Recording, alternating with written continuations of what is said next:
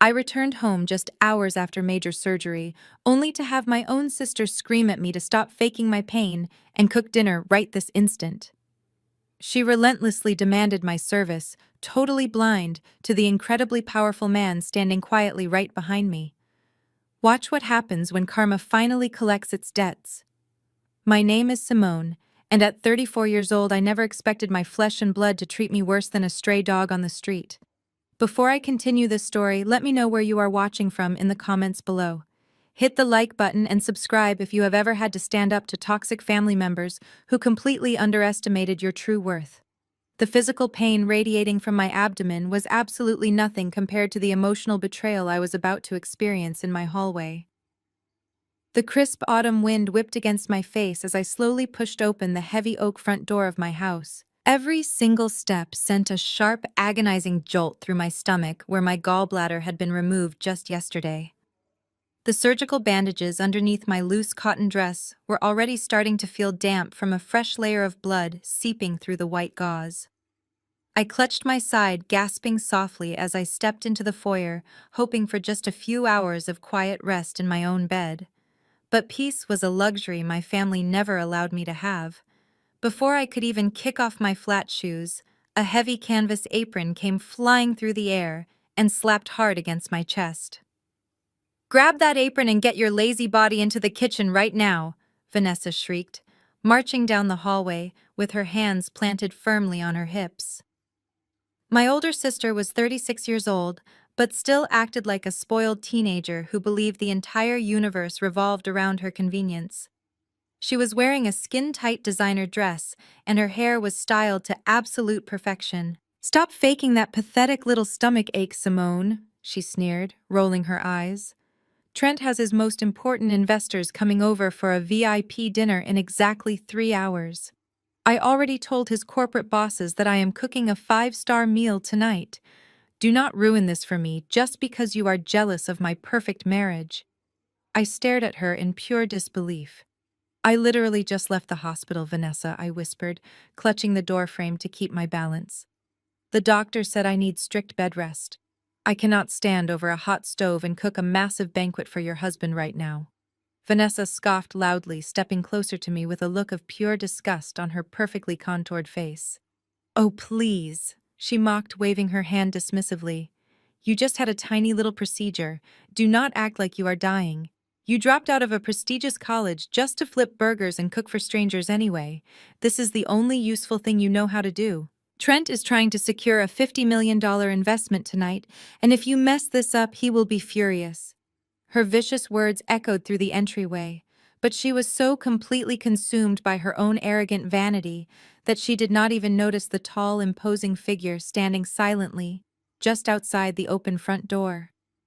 Julian had insisted on driving me home from the hospital himself. He was currently dressed in a faded gray sweatshirt, a plain black baseball cap pulled low over his eyes, and worn-out denim jeans. He held my small plastic bag of prescription pain medication in his large hands. To anyone else, he looked like an ordinary working-class man blending perfectly into the background. Vanessa finally caught a glimpse of him standing on the porch, and her face instantly twisted into a harsh, judgmental sneer. "Who the hell is this guy?" she snapped, crossing her arms over her chest. "Did you seriously make your cheap Uber driver wait at the door? Or is this your new broke boyfriend, Simone? I swear you always attract the most pathetic losers." "Listen here, buddy," she barked, pointing a perfectly manicured acrylic nail right at Julian's face. "Simone does not have any spare cash to tip you today, so just leave the bags on the mat and get off my expensive porch before I call the neighborhood security on you.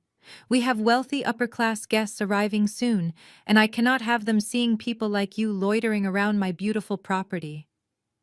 Julian did not say a single word. He did not flinch or react to her blatant disrespect. He simply lowered his gaze, allowing the shadow of his baseball cap to hide the dangerous calculation in his dark eyes.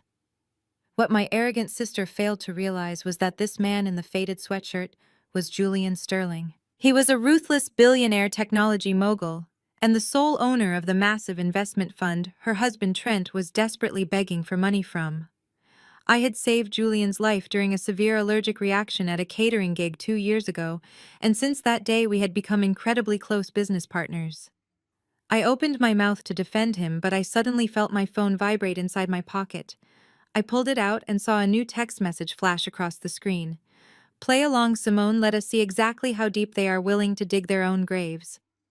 I looked up and saw Julian giving me a subtle nod before he quietly turned and walked down the driveway. He was going to wait in his luxury car, parked discreetly down the street. I took a deep, trembling breath and picked up the apron from the floor. My sister smiled victoriously, thinking she had won. She had absolutely no idea the devastating storm that was about to destroy her entire fake life. I stood there clutching the stiff canvas fabric of the apron against my chest. Every breath I took sent a sharp wave of fire through my surgical wound. Before I could attempt to walk toward the kitchen, the front door swung open again. My mother, Brenda, marched inside carrying 2 shopping bags filled with expensive wine.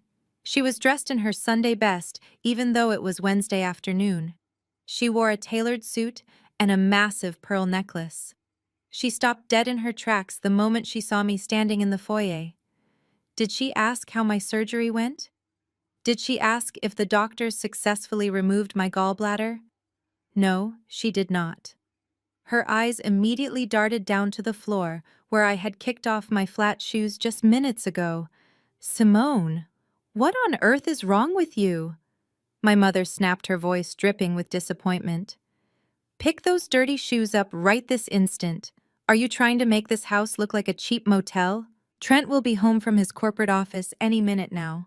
You know how much he hates seeing your cheap things cluttering up his beautiful entryway. I stared at the woman who gave birth to me.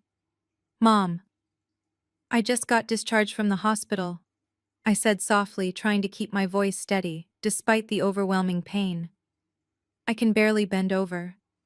Please, just leave the shoes there for now. My mother slammed the heavy wine bottles down onto the polished wooden console table. Oh, stop being so dramatic, Simone, she huffed, crossing her arms. Vanessa told me you had some minor stomach procedure. You are 34 years old. It is time to stop playing the victim to get attention. Look at your sister. She is upstairs getting ready to host the most important dinner party of her life, and you are down here complaining about a tummy ache. I tightened my grip on the apron. My own mother was calling major organ removal a minor tummy ache to invalidate my suffering. But this was exactly how it always been. Growing up, my mother worshipped the ground Vanessa walked on, simply because Vanessa had lighter skin. My mother cared about nothing more than keeping up appearances at church and securing a wealthy lifestyle. When Vanessa married Trent, a tall, arrogant white man with a high-paying corporate job, she practically treated him like a god. You need to go into that kitchen and make yourself useful right now, my mother commanded, pointing her finger toward the back of the house. Trent is bringing his top investors over. These are powerful men, Simone. They are not the kind of people who eat greasy fried chicken and macaroni you make at your catering gigs. Trent asked Vanessa to handle the menu because he wants everything to be sophisticated and high class. But Vanessa cannot do all the heavy lifting and chopping by herself. She needs a sous chef, so you will go in there and follow her instructions perfectly. I felt a bitter laugh rising in my throat. My sister could barely boil water without burning the pot, but they were pretending she was a master chef just to impress a group of arrogant corporate executives. Why do I have to be the one to suffer? I asked, my voice shaking slightly. Why am I expected to act like a servant in this house when I can barely stand up straight? My mother took a threatening step toward me, her eyes narrowed into angry slits. Because Trent pays the mortgage on this house, you ungrateful brat, she hissed, leaning in close so I could smell the mint on her breath. That man works 60 hours a week at a prestigious investment firm. He provides a luxurious life for your sister. He is generous enough to let you live here rent-free in the guest bedroom after you ruined your life and dropped out of college. He even takes my retirement money every month and handles the mortgage payments to the bank, so I do not have to worry about the paperwork. The absolute least you can do is chop some vegetables and cook a meal for his boss without throwing a pathetic tantrum. I bit my tongue so hard I tasted blood. The physical pain in my stomach was entirely eclipsed by the burning rage spreading through my chest. Trent pays the mortgage.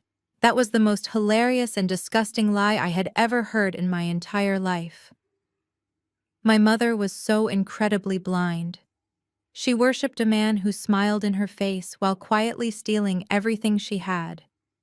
What my mother did not know was that Trent had absolutely nothing to do with this house. 5 years ago, I bought this property entirely in cash, using the profits from my private chef business and my massive restaurant investments. I put the deed completely in my name. I let my mother and Vanessa live here because I pitied them. When Trent married Vanessa, he convinced my mother to give him her $100,000 retirement fund, claiming he would use it to pay off the remaining mortgage directly to the bank. There was no mortgage. Trent had forged fake bank statements every single month to trick my mother. He was pocketing her hard-earned retirement money to fund his expensive golf trips and buy Vanessa designer bags to keep up his wealthy facade. And they all believed I was just the broke sister living in their basement out of charity. I looked at my mother, seeing the utter contempt in her eyes. I wanted to scream the truth right then and there. I wanted to tell her that the house she was standing in belonged to me. I wanted to tell her that the billionaire investor Trent was trying to impress was currently waiting quietly outside for my exact signal. But Julian told me to play along perfectly tonight. The heavy thud of the front door closing echoed through the hallway, snapping my mother out of her rant. The sound of expensive leather dress shoes clicking against the hardwood floor signaled the arrival of the man of the house. Trent strode into the foyer, loosening his silk tie with an air of absolute exhaustion that he always performed for my mother. He was a tall man with perfectly styled blonde hair and a sharp-tailored suit that screamed corporate arrogance. The moment my mother saw him, her entire demeanor shifted from vicious to sickeningly sweet. She practically ran over to take his briefcase, fawning over him, as if he had just returned from fighting a war instead of sitting in an air-conditioned office. Trent offered her a tight, practiced smile before his cold blue eyes locked onto me. The fake warmth vanished instantly, replaced by a look of profound disdain. He looked me up and down, taking in my loose dress and the simple canvas apron I was still clutching. He sighed loudly, rubbing his temples as if my mere existence was a massive burden on his day. I thought I told Vanessa to have everything prepped by the time I got home, he said, his voice dripping with condescension. Why are you just standing there, Simone? The executives from the Sterling Fund are going to be here in less than 3 hours. I swallowed the bitter taste in my mouth and forced myself to speak calmly. I just got back from the hospital, Trent. I had surgery yesterday and I am still bleeding. I cannot stand for long periods of time. Trent scoffed, shaking his head as he stepped closer to me. His height was meant to intimidate me, but I refused to break eye contact. Look, Simone, I really do not have the time or the patience for your typical excuses today. This dinner is the most important night of my entire career. I am securing a $50 million investment from Julian Sterling himself. This is the big leagues. This is not one of your little urban catering gigs where you just throw some seasoned salt on cheap meat and call it a day. He stepped even closer, invading my personal space. The scent of his expensive cologne was suffocating. Listen to me very carefully, he lowered his voice so my mother, who was busy hanging his coat, could not hear. These men are wealthy, sophisticated elites. They have refined palates. I do not want you cooking any of that heavy, greasy soul food you usually make. No fried chicken, no macaroni and cheese, no collard greens. I need elegance. I need precision. I need food that actually looks like it belongs on a fine dining menu, not in a cheap takeout box. Do you understand what I am saying, or is that too complicated for your community college dropout brain to process? Every word out of his mouth was a heavily coded racist microaggression. He was standing in a house that I owned, telling me that my culture and my culinary skills were beneath his white corporate friends. He had absolutely no idea that the urban catering gigs he was mocking were actually exclusive private dinners for billionaires, athletes, and celebrities. He had no idea that I owned a hospitality group that generated more revenue in a month than his firm made in a year. But the physical pain radiating from my abdomen was making it difficult to stand up straight. A sharp spasm hit my surgical wound, forcing me to lean heavily against the kitchen counter behind me. I gripped the cold marble edge so tightly my knuckles turned white, desperately trying not to let him see me wince. Trent noticed my weakness and smiled a cruel, satisfied smirk. He leaned in so close I could feel the heat radiating off his skin. "Let me make this crystal clear for you, Simone. I pay for the roof over your head. I pay for the electricity keeping the lights on in this kitchen. If you embarrass me tonight in front of these investors, I will personally pack your bags and throw you out onto the street before midnight. I do not care if you are bleeding. I do not care if you are in pain. You will go in there, and you will make Vanessa look like a culinary genius. If you fail, I will make sure you never step foot in this house again." He pulled back, adjusting his expensive cuffs with a look of utter disgust. "Now get to work," he snapped, turning his back on me to greet Vanessa, who was just coming down the stairs in a ridiculous cocktail dress. I stayed frozen against the kitchen counter, fighting the urge to vomit from the agonizing pain shooting through my torso. I closed my eyes, taking slow, shallow breaths to steady my racing heart. I just had to survive the next few hours. But I was not alone. From the dark shadows of the hallway just beyond the archway leading to the dining room, a figure stood completely perfectly still. Julian had let himself back into the house through the side door using the spare key I had given him months ago.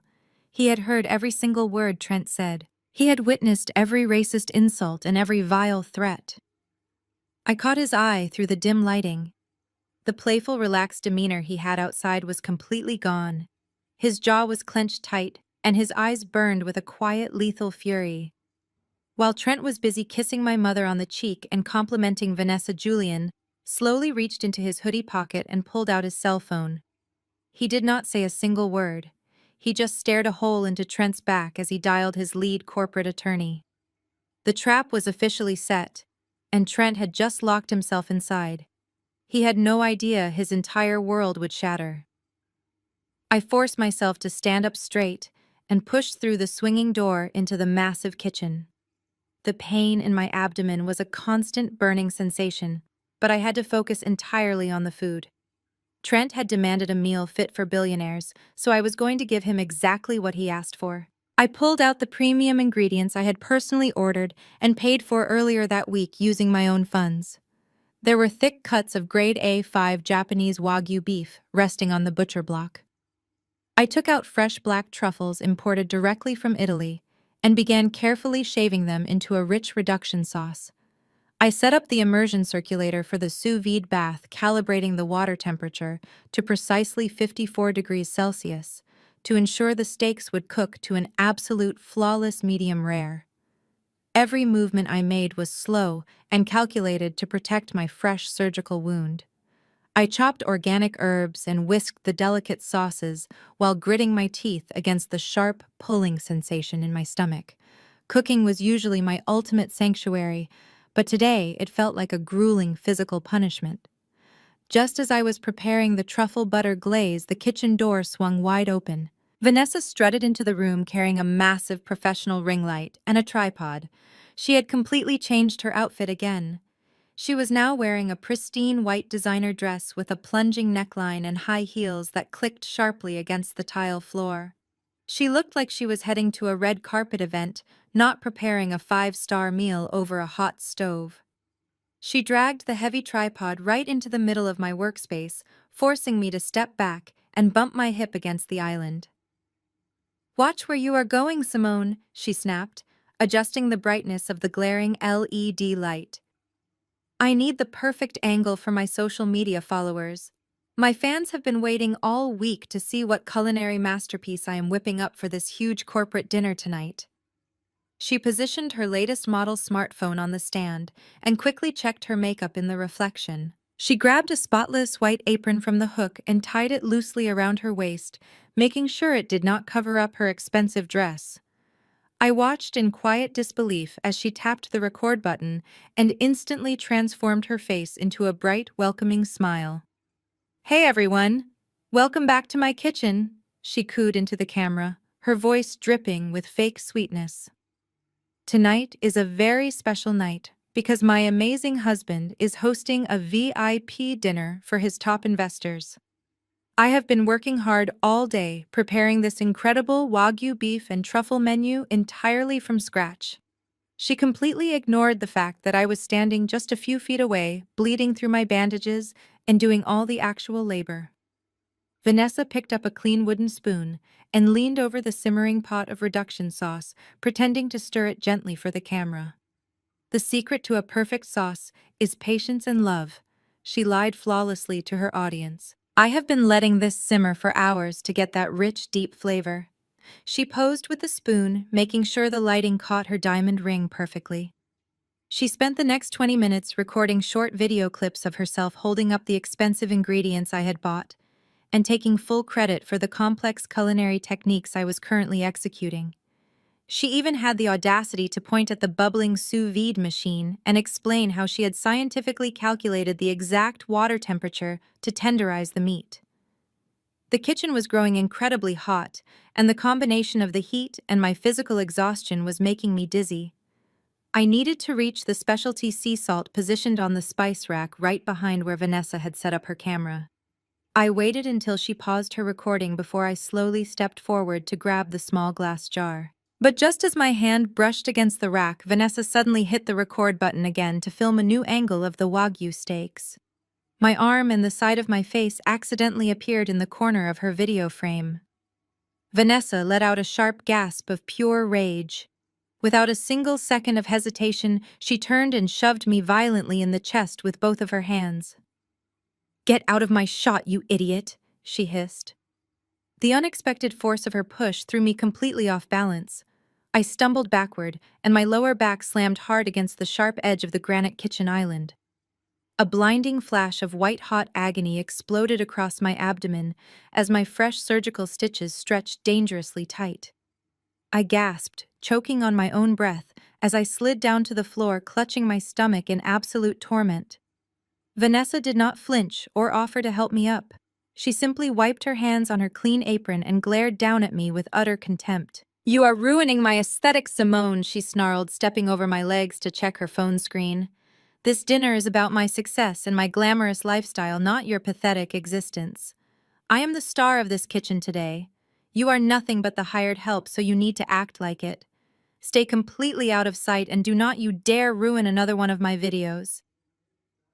She turned her back to me, smiling brightly into the camera once again like the perfect wife. I closed my eyes, fighting back tears of pain while warm blood slowly began soaking through my cotton shirt. I had to force myself back up onto my feet and finish cooking this elaborate feast because Julian was waiting for the perfect moment to strike. I knew my sweet revenge was rapidly approaching and it would be absolutely glorious. I braced my hands against the cool tile floor and forced myself to stand. The agonizing pull in my abdomen made my vision blur for a fraction of a second, but I bit the inside of my cheek until I tasted copper. I could feel the warm dampness of blood pressing against my bandages. I hid the red stain blooming on my shirt. Vanessa was still twirling around the kitchen island, entirely oblivious to the torment she had just inflicted on me. She was too busy smiling into her camera and checking her hair in the refrigerator reflection. I turned my attention back to the Wagyu resting on the butcher block. These steaks cost $800 and required absolute precision. I had spent years mastering the exact culinary science needed to prepare them. I reached for the delicate, flaky sea salt I had specifically imported for this dish, but my sudden movement caught my sister's eye. Vanessa quickly repositioned her tripod, pointing the lens directly at the expensive meat.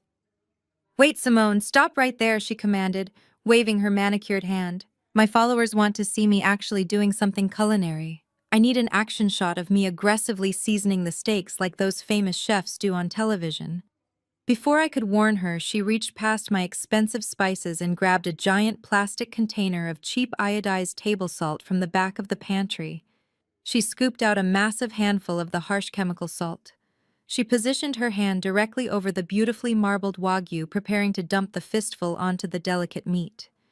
The sheer volume of that cheap salt would completely destroy the flavor profile and ruin $800 worth of premium beef in a single second. My professional instincts kicked in instantly, overriding my physical pain. I lunged forward and slapped her hand hard.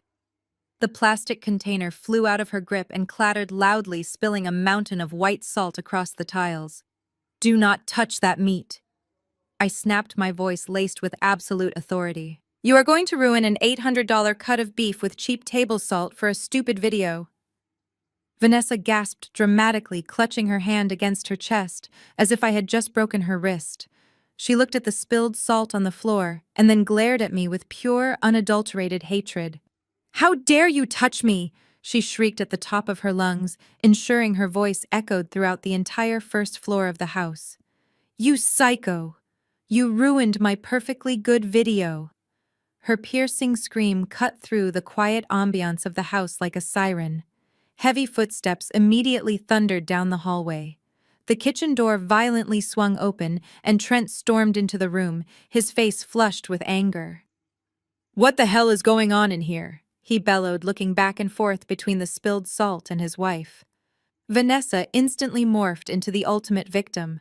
She forced tears into her eyes and pointed a trembling finger right at me. "Trent, she just attacked me!" Vanessa cried, her voice shaking with fake terror. "I was just trying to help her season the food for your important guests, and she hit me out of nowhere. She is completely out of control." Trent did not even bother asking for my side of the story. He crossed the kitchen in 3 massive strides and grabbed my upper arm. His large fingers dug painfully into my flesh, gripping me so tightly I felt bruises instantly forming under my skin. He yanked me away from the butcher block, forcing me to look up into his furious, cold blue eyes. "You listen to me, you worthless piece of trash!" he hissed, his voice dropping to a menacing whisper. "You are nothing but a massive failure. You dropped out of a real college just to cook cheap meals for a living, and you think you have the right to put your hands on my wife. The only reason you are not sleeping on a park bench right now is because Vanessa begged me to let you stay in this house. We put this roof over your head. We pay for the food you eat. I am giving you a chance to do something useful with your miserable life tonight, and you pull this garbage." I gritted my teeth, staring straight back into his eyes. My arm was throbbing, and my surgical wound was burning like fire, but I refused to give him the satisfaction of seeing me cry. "Take your hands off me, Trent," I demanded, my voice remarkably steady. He squeezed my arm even harder, leaning his face menacingly close to mine. "You do not make demands in my house," he growled. "You will clean up this mess. You will finish cooking this meal, and you will apologize to my wife. If you step out of line one more time, I will drag you out of the front door by your hair and leave you in the street." He finally shoved me backward, releasing his crushing grip on my arm. I stumbled, catching myself against the counter edge. Trent turned to comfort Vanessa, pulling her into a gentle hug and kissing her forehead while she sniffled and played the role of the traumatized victim perfectly. They stood there wrapped in their twisted, arrogant delusion, fully believing they possessed ultimate power over my life and my future. They believed they were untouchable masters of their domain, but they were completely oblivious to the silent witness standing just a few feet away. The swinging door connecting the kitchen to the formal dining room was cracked open exactly 2 inches. Standing perfectly still in the dim shadows of the dining room was Julian. He had his sleek smartphone pressed right against the narrow crack of the doorframe. The red recording dot on his screen was blinking steadily. He had captured every single second of the altercation. The red recording dot on his screen disappeared as Julian quietly saved the video directly to his secure cloud server, ensuring the evidence of Trent's physical abuse was permanently locked away. Just as Trent took a deep breath to hurl another venomous insult at me, the sharp melodic chime of the front doorbell echoed through the sprawling house. The sound acted like an instant magical switch. Trent's entire demeanor transformed in a fraction of a second. The furious monster who had just bruised my arm vanished completely. He released his clenched fists, smoothed down the front of his expensive tailored suit jacket, and plastered on a bright, eager smile. "They are here," he panicked, running a hand through his hair. "Vanessa, fix your makeup and get out to the foyer right now. We cannot keep the Sterling Fund executives waiting on the porch." Vanessa immediately dropped her victim act. She tossed her hair over her shoulder, pinched her cheeks to give them a rosy flush, and practically sprinted out of the kitchen with her husband trailing closely behind her. They left me standing alone in the suffocating heat of the kitchen, leaning heavily against the counter, as another wave of agonizing pain washed over my surgical wound. I wiped a layer of cold sweat from my forehead. From the kitchen I could hear the heavy oak front door swing open, followed instantly by a chorus of deep booming voices entering the foyer. Trent's voice pitched an octave higher than usual, dripping with a sickeningly sweet tone of pure desperation. "Welcome, gentlemen. Welcome to our humble home." Trent practically sang, his voice echoing down the hallway. "Mr. Harrington, Mr. Vance, it is an absolute honor to have the senior partners of the Sterling Fund in my house tonight. Please come in and let me take your coats." I could hear the heavy thud of expensive leather shoes walking across the hardwood floor. Trent was fawning over these men like a loyal golden retriever desperate for a treat from its master. He introduced Vanessa with excessive pride. "Gentlemen, this is my beautiful wife, Vanessa," Trent boasted. "She has been working tirelessly in the kitchen all day preparing an exclusive 5-star culinary experience for you tonight. She studied culinary techniques in Paris, you know." I rolled my eyes so hard my head hurt. Vanessa had never been to Paris in her entire life. The executives murmured their polite appreciation. They moved slowly toward the formal dining room, their voices blending into a low murmur of corporate jargon and golf course anecdotes. While Trent was busy groveling in the foyer, my mother Brenda was holding court in the adjacent formal living room. The kitchen door was still cracked open just enough for me to hear every single word she said. She was sitting on my expensive velvet sofa, holding her smartphone right up to her face on speakerphone. She was talking to Sister Mildred. "Yes, Mildred, I am telling you, Trent is an absolute blessing from the Lord," my mother bragged loudly. "He is securing a $50 million deal tonight." "Yes, honey, he takes such good care of us. He pays the mortgage on this massive estate without ever complaining." The women on the speakerphone oohed and awed in jealousy, praising my mother for securing such a wonderful son-in-law. "And what about Simone?" one of the churchwomen asked, her voice crackling through the phone speaker. "Is she still struggling with that little catering business?" My mother let out a loud dramatic sigh of pure condescension. "Oh, you know Simone, she is always scraping by." Trent and Vanessa were gracious enough to let her live here in the guest room. We actually have her in the kitchen right now, helping out with the dinner. She is just doing some basic chopping and cleaning so she can feel useful. You know we have to give her some charity work to keep her busy. I clenched my jaw as her cruel words drifted into the kitchen. My mother was sitting in a house that I fully owned, bragging about a man who was actively stealing her retirement money and reducing my multi-million-dollar culinary empire to a pathetic charity project. I pushed the hot anger down deep into my chest and focused every ounce of my remaining energy on the food in front of me. The pain in my abdomen was becoming a sharp, persistent throbbing, but I refused to let it defeat me. I carefully arranged the first course on 6 imported porcelain plates. I was serving a delicate Wagyu beef tartare, topped with a tiny quail egg resting on a bed of crispy brioche, accompanied by a precise dollop of golden Osetra caviar. My hands trembled slightly from physical exhaustion, but my culinary precision remained absolutely flawless. I used silver tweezers to place a single microscopic leaf of edible gold onto each plate. The kitchen felt like a sweltering furnace. My loose cotton dress was sticking to my back and the bandage across my stomach felt tight and heavy. I was completely hidden from the glamorous dinner party happening just a few feet away, locked out of sight like a shameful secret. Trent and Vanessa were out there soaking up the glory, drinking expensive wine, and laughing with billionaires while I bled in the kitchen, doing all of their heavy lifting. But as I placed the final garnish onto the caviar, I allowed a small, genuine smile to touch my lips. Trent thought he was in total control. Vanessa thought she was the star of the show. My mother thought her white son-in-law was her ultimate salvation.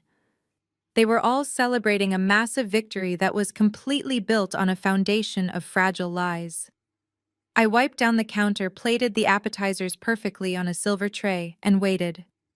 The trap was fully set, and Julian was about to walk through the front door. The kitchen door swung open violently. Vanessa burst back into the sweltering room, her face instantly twisting into a furious scowl. "Give me those trays right now!" she hissed, snatching the heavy silver platter directly from my hands. "Do not even think about stepping out there, Simone. If they see you sweating in that dirty apron, it will ruin the entire upper-class aesthetic I have carefully built for them." I released my grip on the silver handles, letting her take the heavy tray. My abdominal muscles screamed in protest from the sudden shift in weight, but I kept my face entirely blank. I stepped back and leaned heavily against the cool stainless steel refrigerator, pressing my hand over my fresh bandages. I watched her push the door open with her hip immediately adopting a high-pitched melodic laugh as she re-entered the dining room to present my hard work. I kept the door cracked open exactly 1 inch. I needed to hear every single word. Vanessa lowered the silver tray onto the center of the massive mahogany dining table. The wealthy corporate executives immediately stopped talking. A thick silence fell over the room as they stared down at the culinary masterpiece sitting in front of them. The delicate Wagyu beef tartare resting perfectly on the crispy brioche and the golden Osetra caviar catching the light from the crystal chandelier above them. "Gentlemen, please enjoy this first course," Vanessa cooed, her voice dripping with artificial humility. "I know how stressful the corporate world can be, so I wanted to create an appetizer that would instantly transport you to a place of absolute relaxation and refinement." I heard the clinking of heavy silver forks against the imported porcelain plates. Then came the collective groans of pure culinary ecstasy. Mr. Harrington, the senior partner of the firm, was the first to speak. His voice was thick with absolute astonishment.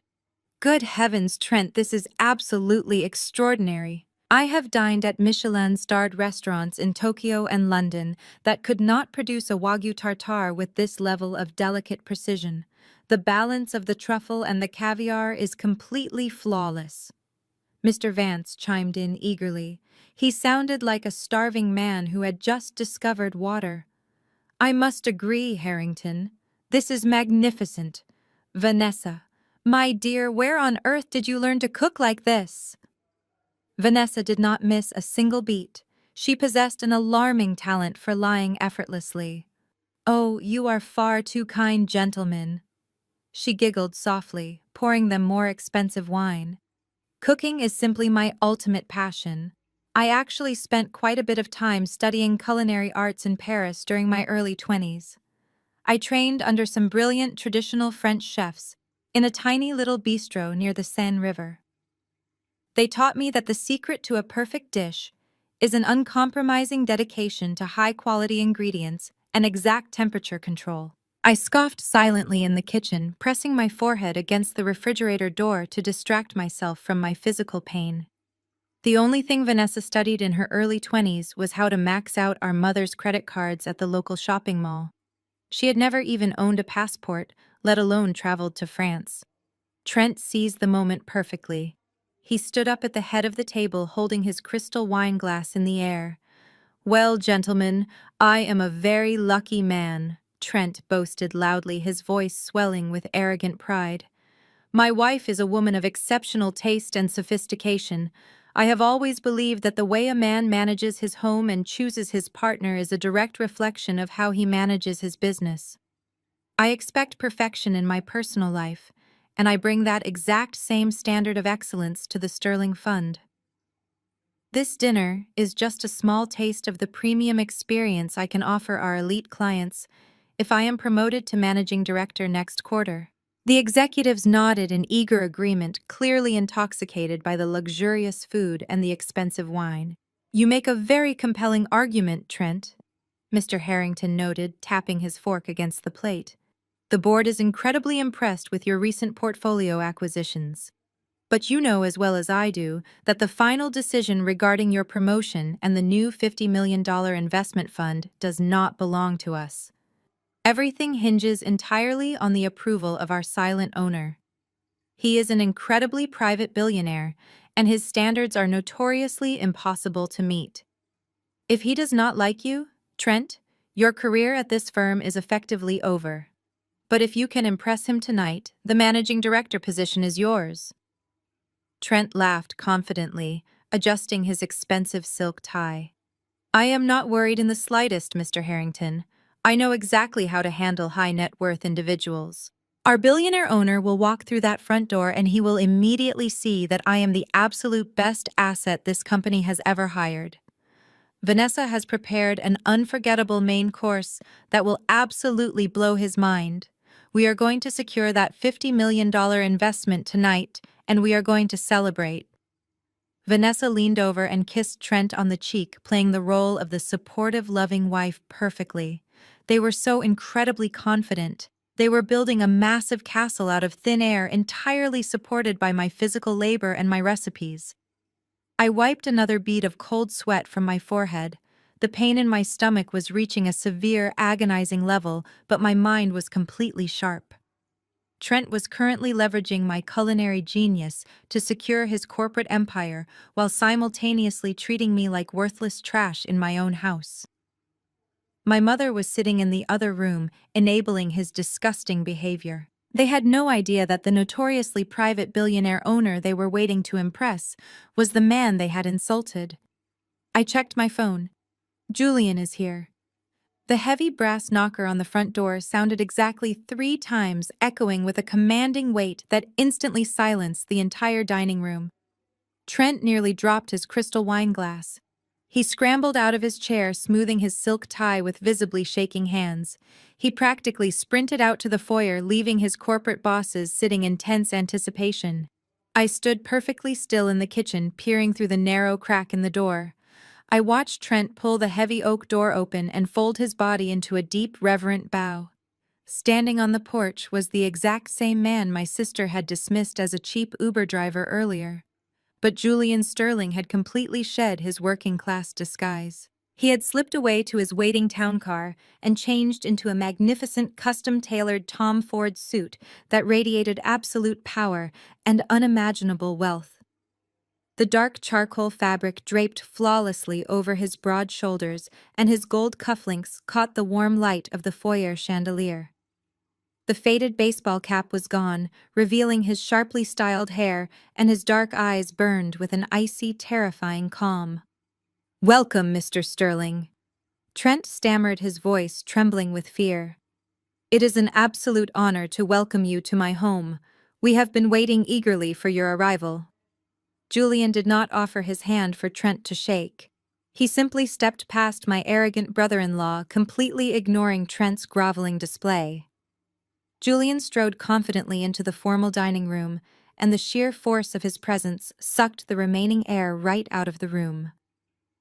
Mr. Harrington and Mr. Vance immediately pushed their chairs back and stood up respectfully to greet their billionaire boss. They looked incredibly nervous, suddenly acting like eager schoolboys instead of powerful corporate executives. "Good evening, gentlemen," Julian said, his deep voice commanding absolute authority. "Please sit down. We have business to attend to." Trent scurried behind him, pulling out the massive velvet chair at the head of the mahogany table. Julian unbuttoned his suit jacket and sat down, moving with a deliberate, relaxed elegance. Trent scrambled back to his own seat, wiping sweat from his forehead. "Mr. Sterling," Trent began, his voice high and tight. "I wanted to personally introduce you to my beautiful wife, Vanessa. She spent the day preparing a 5-star culinary experience. She is a highly trained chef." Vanessa sat up incredibly straight, flashing Julian her most brilliant smile, completely unaware that she was smiling at the very same man she had insulted. Julian slowly turned his head to look directly at Vanessa. His expression was entirely unreadable, a blank slate of cold, calculating intelligence. He did not return her smile. He simply stared at her for a long, agonizing moment before shifting his gaze down to the delicate plate resting in front of him. The entire dining room held its collective breath. Trent looked like he was about to pass out from the intense pressure. I leaned closer to the crack in the kitchen door, ignoring the sharp, throbbing pain in my surgical wound. This was the exact moment I had been waiting for. Julian picked up his heavy silver fork. He moved with agonizing slowness, deliberately prolonging the suspense. He carefully pierced a small portion of the Wagyu beef, ensuring he captured a precise amount of the golden Osetra caviar and the truffle glaze. He brought the perfectly constructed bite to his mouth and tasted it. The silence in the room was so absolute you could hear the hum of the refrigerator behind me. Julian closed his eyes, appearing to analyze every single complex flavor profile unfolding on his palate. He chewed slowly, swallowed, and gently placed his silver fork back down onto the pristine white tablecloth. Fascinating. Julian finally spoke, his deep voice cutting through the thick tension. The flavor profile here is truly remarkable. The balance of the earthiness from the truffle against the rich, buttery texture of the Wagyu is quite extraordinary. Trent let out a massive sigh of relief, practically melting into his chair. "Thank you so much, Mr. Sterling." Trent beamed proudly. "As I was telling the board earlier, my wife possesses an unparalleled level of sophistication and culinary genius." Julian ignored Trent completely. His dark, piercing eyes remained locked entirely on Vanessa, who was glowing with stolen pride. "Tell me, Vanessa," Julian said, leaning forward slightly and resting his forearms on the table. "A dish of this caliber requires an incredible amount of technical precision. The beef is tender, but it maintains a specific structural integrity, preventing fat from rendering too quickly. I assume you used an immersion circulator to achieve this exact texture before assembling the tartare, correct?" Vanessa blinked rapidly, her smile faltering. She clearly had absolutely no idea what an immersion circulator even was, let alone how it functioned in a kitchen. "Oh yes, absolutely, Mr. Sterling." Vanessa lied, her voice pitching slightly higher with sudden nervous energy. "I use the circular thing exactly as I learned in Paris. It is all about the technique, you know." Julian tilted his head, a dangerous glint sparking in his eyes. "Excellent," he replied smoothly. "Then you can easily answer a very simple question for me. In order to achieve this precise level of enzymatic breakdown without denaturing the critical proteins, what exact temperature did you calibrate your sous vide water bath to, and how many minutes per ounce did you allow the meat to rest?" The color completely drained from Vanessa's face. She opened her mouth, but no words came out. She looked frantically at Trent, who was staring at her with wide, terrified eyes. Mr. Harrington and Mr. Vance shifted uncomfortably, recognizing the panic washing over their hostess's face. "Well," Vanessa. Julian pressed his tone, dropping into a cold, demanding register. "I am waiting. A master chef would know the formula." Vanessa began to stutter uncontrollably, grasping for excuses, her hands trembling violently in front of the board. I do not rely on strict numbers, Mr. Sterling," Vanessa babbled, her voice cracking under the immense pressure of his unyielding stare. "A true artist does not measure every single degree. I cook with intuition and passion. I felt the heat of the water, and I just knew when the meat was perfectly tender. It is a family secret technique that I developed over many years of practice." Julian stared at her with absolute disgust. He slowly picked up his heavy linen napkin and placed it firmly on the table. He pushed his plate away with deliberate force. "That is a fascinating explanation," Vanessa. Julian said, his voice completely devoid of any warmth or politeness. "However, it is also a complete fabrication. Sous vide cooking relies entirely on precise scientific measurements, not intuition. If you had guessed the water temperature, you would have either served me a raw piece of meat or a gray, rubbery disaster. This Wagyu is cooked to a flawless 54 degrees. Someone with decades of professional culinary training prepared this meal. And it certainly was not you." The silence in the dining room became suffocating. Trent turned a ghostly shade of pale. A thick bead of sweat rolled down his forehead, dripping onto his expensive silk collar. "Mr. Sterling, please," Trent begged, holding his hands up in a desperate, placating gesture. "My wife is just nervous. She is intimidated by your presence. I assure you she worked tirelessly all day in that hot kitchen."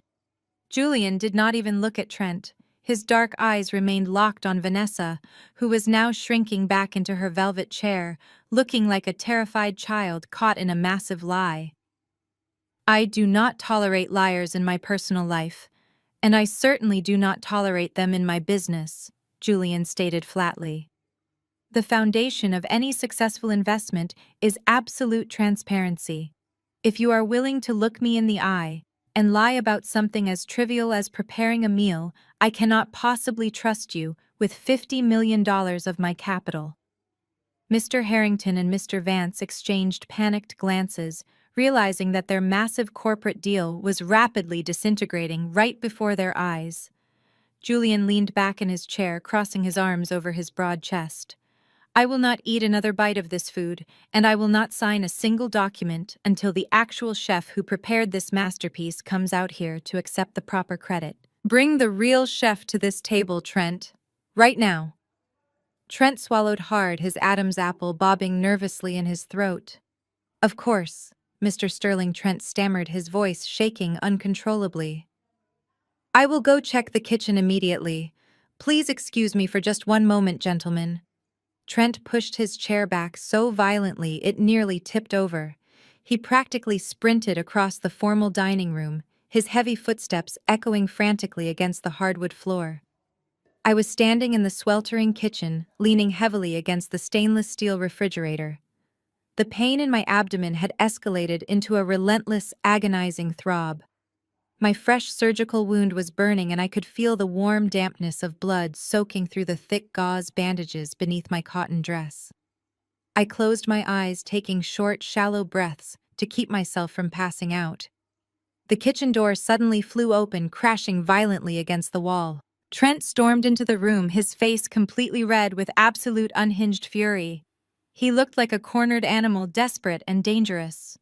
He marched straight toward me, closing the distance between us in 2 massive strides. Before I could even brace myself, Trent reached out and grabbed my left arm.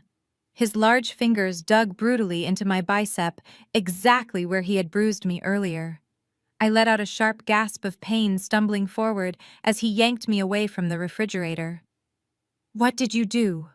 Trent hissed, his voice a venomous whisper as he shook me violently. Did you purposefully make this meal too complicated? Did you set my wife up to look like a complete fool in front of Julian Sterling? You vindictive little brat? I struggled against his crushing grip, trying to protect my bleeding stomach. I did exactly what you demanded, Trent, I whispered through gritted teeth. You told me to cook a 5-star meal for billionaires. You are the one who let Vanessa lie about it. Do not you dare blame me for your own pathetic arrogance. Trent's eyes widened with pure rage. He grabbed my other arm, pinning me tightly against the cold granite island. His face was mere inches from mine, and I could smell the stale wine on his breath. You listen to me very carefully, Simone, he growled, his voice vibrating with lethal intent. My entire career is on the line right now. The managing director promotion and the $50 million fund are slipping through my fingers because of you. Julian Sterling is demanding to meet the real chef. So you are going to walk through those doors, and you are going to fix this massive disaster. He released my right arm just long enough to grab the collar of my dress, twisting the fabric tightly in his fist. You will walk out there, and you will introduce yourself as Vanessa's humble sous chef. Trent commanded, his eyes wild with desperation. You will tell Mr. Sterling that Vanessa created the entire menu and developed all the recipes. You will tell him that you just followed her brilliant instructions because you are nothing but hired help. You will smile, you will apologize for the confusion, and you will give my wife all the credit. If you refuse, I swear to God, I will ruin your miserable life, he spat. I will throw you out tonight and ensure your pathetic business is destroyed. You will have nothing. Do you understand me? I stared back at him, completely unafraid. I pushed open the wooden dining room door. The heavy oak swung wide, revealing the bright crystal chandelier light to my tired eyes.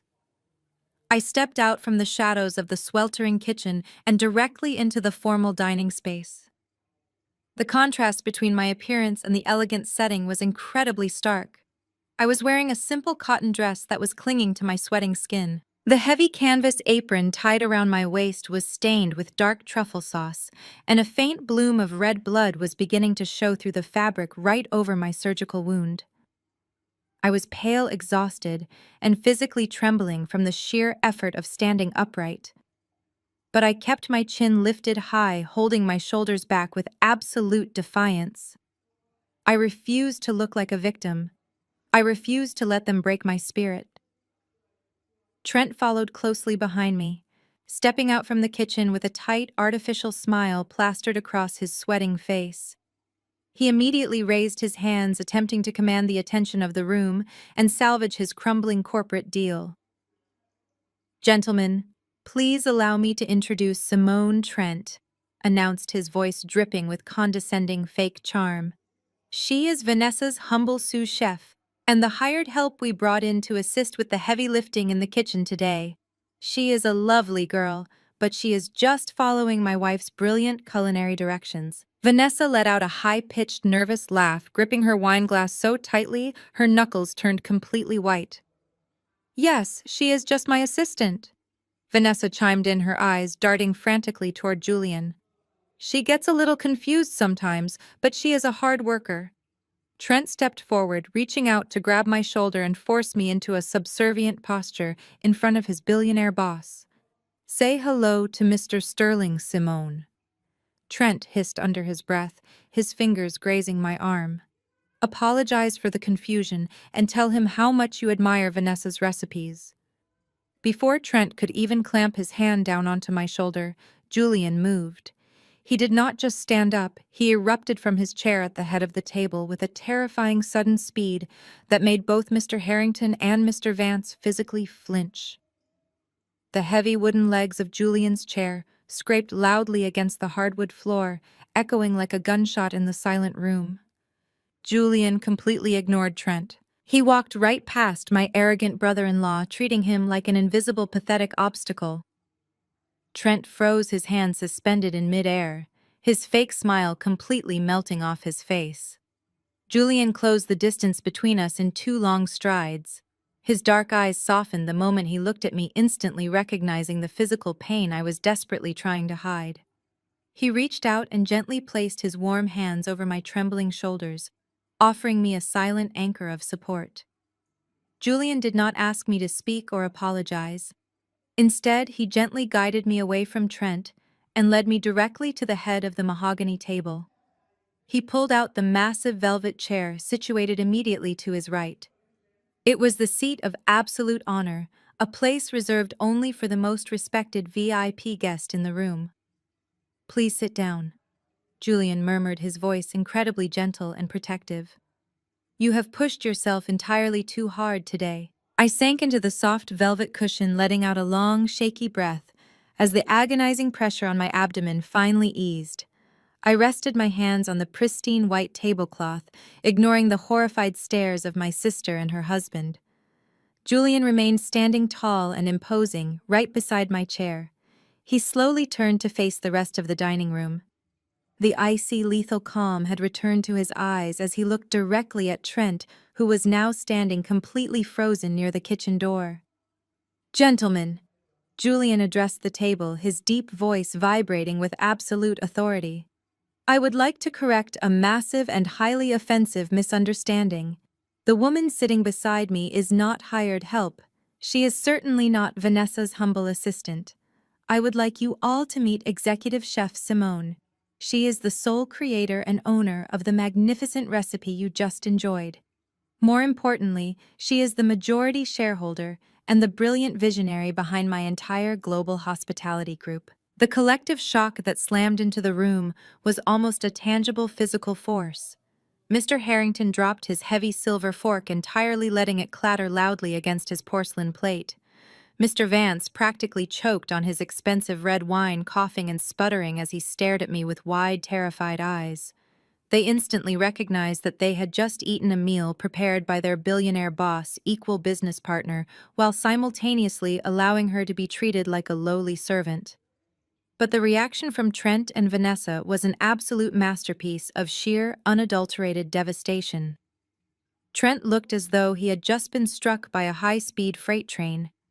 His jaw went completely slack, his mouth hanging open in silent, horrified disbelief. The color drained from his face at a sickening speed, leaving his skin a pale, sickly shade of gray.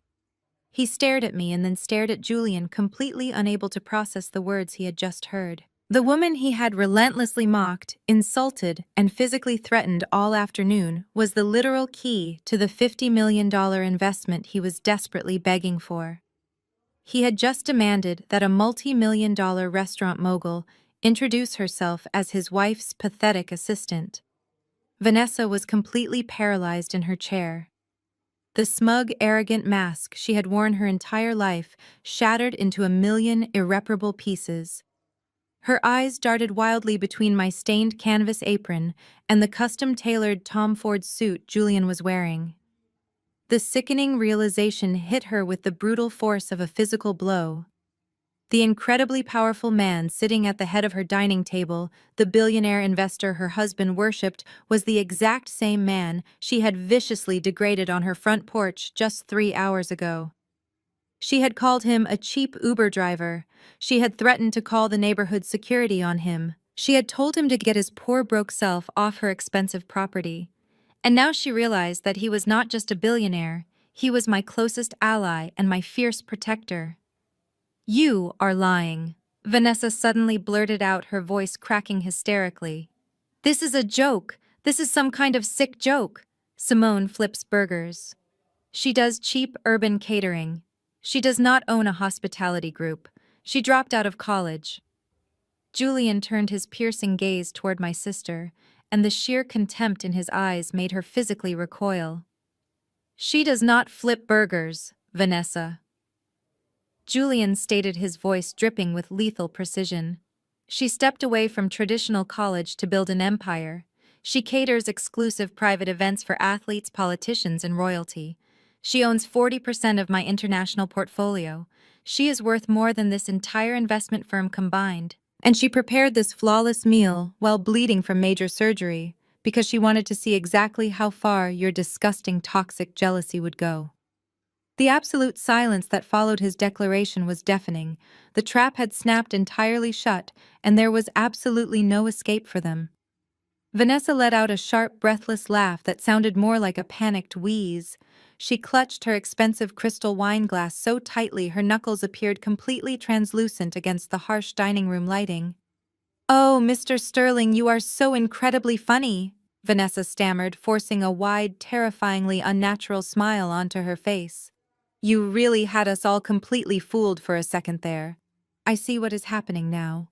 Trent told you that I have a great sense of humor, so you decided to play a little practical joke on us to break the corporate ice. That is so clever. Simone owning a hospitality group and being your equal partner. That is honestly the most hilarious thing I have heard all year. My sister is just a simple cook who helps me out sometimes when I feel overwhelmed. She did not even graduate from a real university. She definitely does not own anything." Vanessa looked around the table, desperately searching for anyone to join her delusional laughter.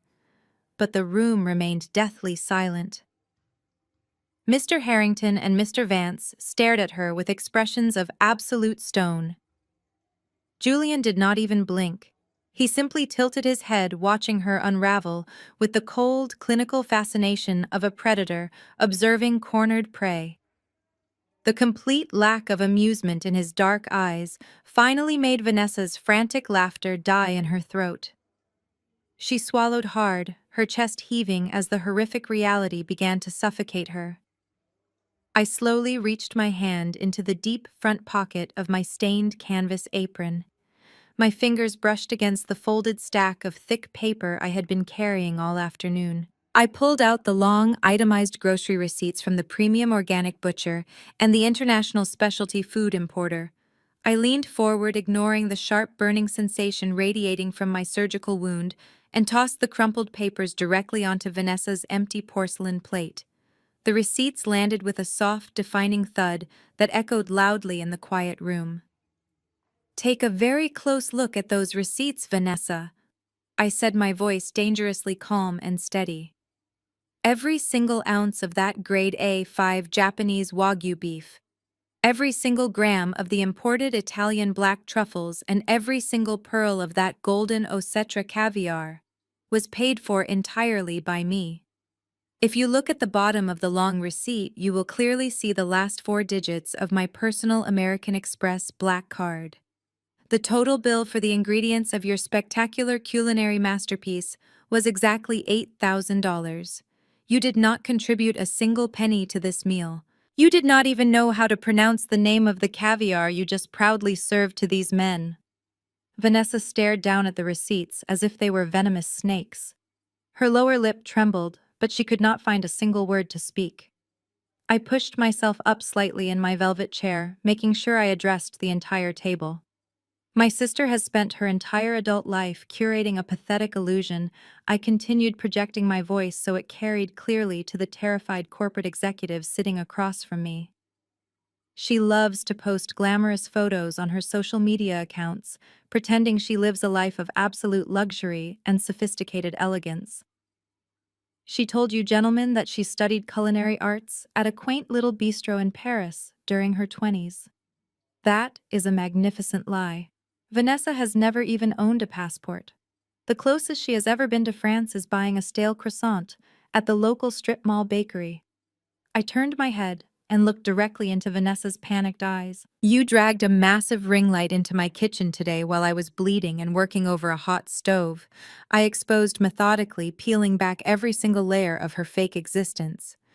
You recorded dozens of videos pretending to stir my sauces and season my meat so you could harvest praise from complete strangers on the internet. You claimed my decades of intense professional training as your own simply because you believe my sole purpose in this family is to make you look flawless. You have always believed that because I chose a different path than your corporate husband, I am somehow completely beneath you. The air in the room grew incredibly heavy.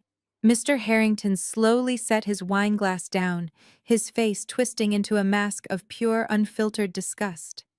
He looked at Vanessa as if she were a piece of rotting garbage left on his immaculate dining table. To lie about your credentials is one thing, Mr. Harrington muttered, his voice thick with genuine revulsion. But to humiliate your own sister and steal her professional work to impress a group of investors is absolutely despicable behavior. I have never witnessed such a profound lack of basic human decency in my entire long career. But that is not even the worst part of her performance tonight, I said, my voice dropping an octave, commanding the absolute attention of the room. I slowly reached down and placed my hand gently over my stomach. Just 24 hours ago, I was lying on an operating table, having my gallbladder surgically removed. I was officially discharged from the hospital this morning with strict medical instructions to remain on bed rest for at least an entire week. But the moment I walked through the front door of this house, my sister threw this dirty canvas apron directly into my face. She demanded that I stand on my feet for 6 agonizing hours in a sweltering kitchen to cook a feast for her husband's corporate bosses. A collective gasp of genuine horror rippled through the dining room. Mr. Vance actually covered his mouth with his hand, his eyes widening in absolute shock. Julian remained perfectly still, but a muscle ticked dangerously in his tight jaw. The 2 powerful investors slowly turned to look at Vanessa with an expression of pure, absolute, and total disgust. Trent could no longer contain his mounting panic. He slammed his fist down onto the heavy mahogany table, causing the crystal wine glasses to rattle. "Shut your mouth right now, Simone," he bellowed, his face twisting into pure desperation. "You have said more than enough. I will not sit here and allow a jealous, mentally unstable college dropout to ruin this important evening. I am the host of this dinner and a senior executive at a top-tier investment firm. You have no right to speak to my guests in this disrespectful manner. Get out of my dining room immediately before I personally drag you out the front door." He puffed out his chest, attempting to project the booming corporate persona he used to intimidate junior analysts at his office. He turned toward Mr. Harrington and Mr. Vance, offering a frantic, pleading smile. Gentlemen, please accept my apologies for this ridiculous outburst, Trent stammered, wiping sweat from his upper lip. My sister-in-law has always harbored a deeply disturbed resentment toward Vanessa and me. She is clearly having a psychological breakdown. I assure you this pathetic display has no bearing on my professional capabilities or my readiness to manage the new $50 million fund. Julian let out a low, dark chuckle that sent an instant shiver down my spine. The sound was devoid of humor, echoing through the room like the sharp scrape of a blade against stone. You truly are a pathetic excuse for a man, Trent. Julian said, his voice dropping into a lethal, quiet tone that forced Trent to snap his mouth shut. You stand there hiding behind cheap corporate arrogance, barking orders at a woman who possesses 10 times your intelligence and 100 times your worth. You think your little executive title gives you ultimate power to abuse people in your home. But you are operating under a massive delusion. Trent swallowed hard, his confidence evaporating under Julian's relentless stare. Mr. Sterling, I am just trying to maintain order, Trent pleaded, his voice shrinking into a pathetic whine. I am a dedicated company man. I know how to manage difficult situations. Please just give me the opportunity to prove my value to your investment fund. Julian slowly reached inside the breast pocket of his custom-tailored suit jacket. He withdrew a sleek black leather phone and placed it deliberately onto the table. I did not come to your house tonight to evaluate your potential to manage a new investment fund, Julian announced, his words cutting through the air with surgical precision. I certainly did not come here to be entertained by your disgusting display of domestic abuse. I came here tonight simply to watch the spectacular collapse of your pathetic ego in person.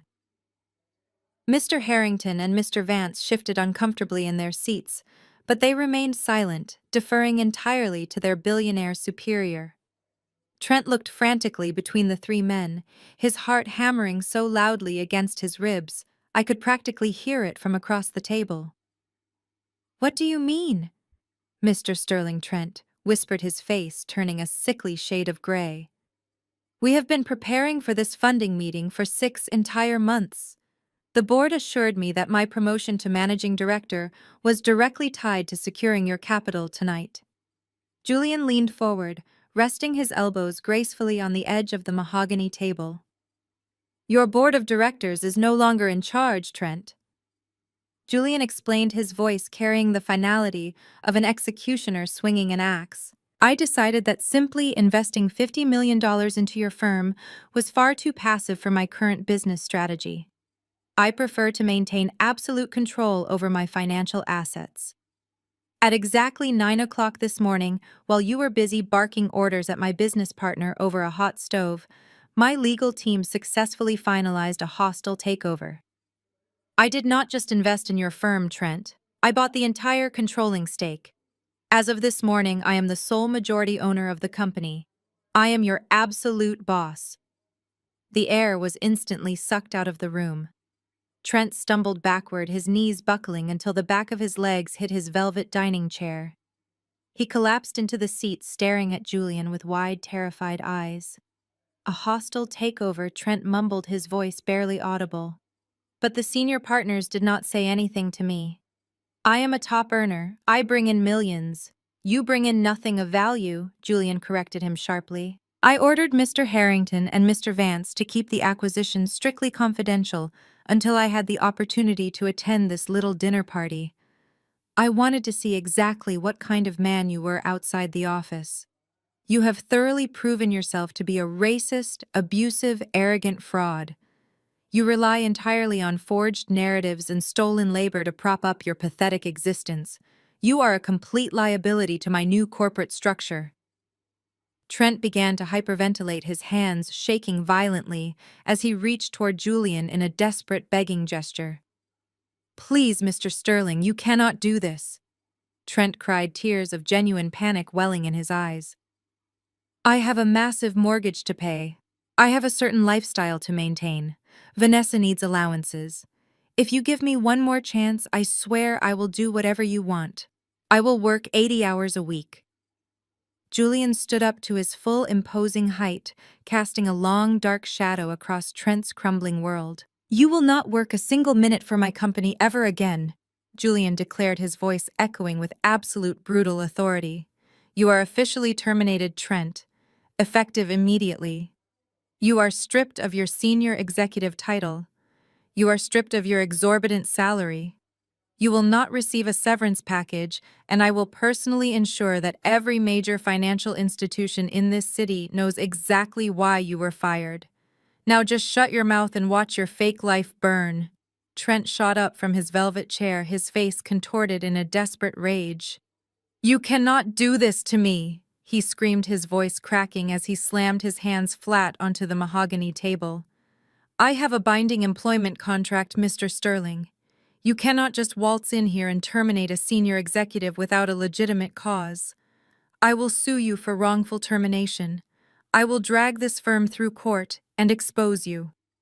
Julian did not even flinch at Trent's pathetic outburst. He calmly adjusted the cuff of his jacket and turned his head slightly toward the dark hallway. You want a legitimate cause, Trent? Julian asked, his voice dropping into a deadly monotone. Then let us give you exactly what you asked for. Julian raised his right hand and snapped his fingers once. From the shadows of the hallway, a tall woman wearing a sharp gray business suit stepped into the dining room. It was Julian's executive assistant. She carried a thick stack of heavy black folders under her arm. She walked purposefully around the table and placed one folder directly in front of Mr. Harrington and another in front of Mr. Vance.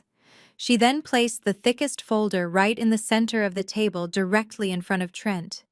Open them, Julian commanded.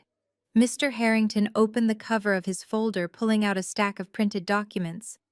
Mr. Vance did the same, his eyes scanning the first page rapidly. These are the preliminary findings from a comprehensive forensic audit I ordered on your specific department, Trent Julian explained. My team of independent accountants has been secretly reviewing your transaction history for the past 72 hours. What they discovered was not a brilliant corporate strategist. Julian continued, his voice echoing coldly. They discovered a desperate, pathetic thief. Mr. Harrington gasped loudly, dropping the paper onto the table as if it had physically burned him. Good Lord, Trent, Mr. Harrington whispered, his voice trembling with genuine shock. You diverted over $300,000 from the secondary client accounts. You funneled the money through a shell corporation registered under your wife's maiden name. Trent began shaking violently. His mouth opened and closed, but no sound came out. He stared at the damning paperwork sitting in front of him, paralyzed. Vanessa suddenly let out a shriek. A shell corporation, she cried, her eyes darting between Trent and the board members.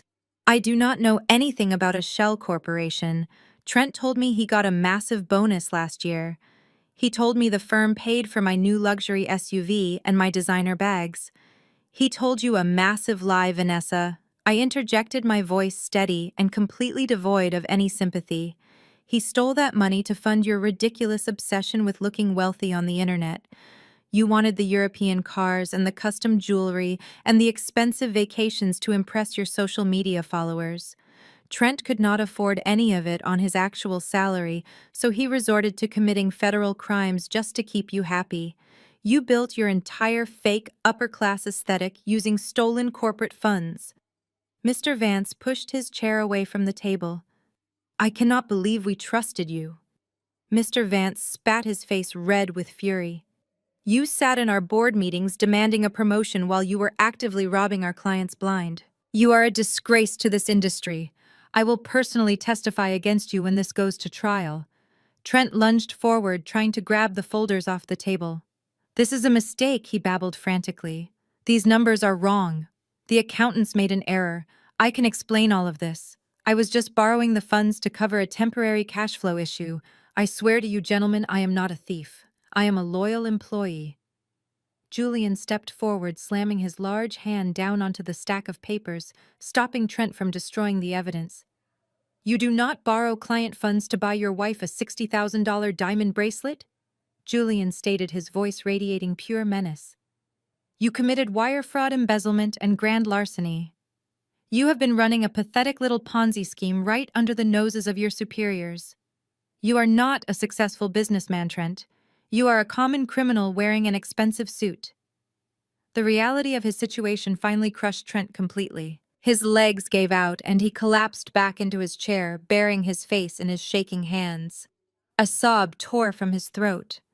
His entire identity as a powerful, wealthy corporate executive had just been dismantled and destroyed in front of the very people he tried to impress.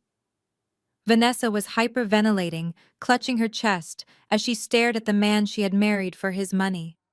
"You ruined everything," Vanessa screamed at him, her voice cracking with hysteria. "You told me we were rich.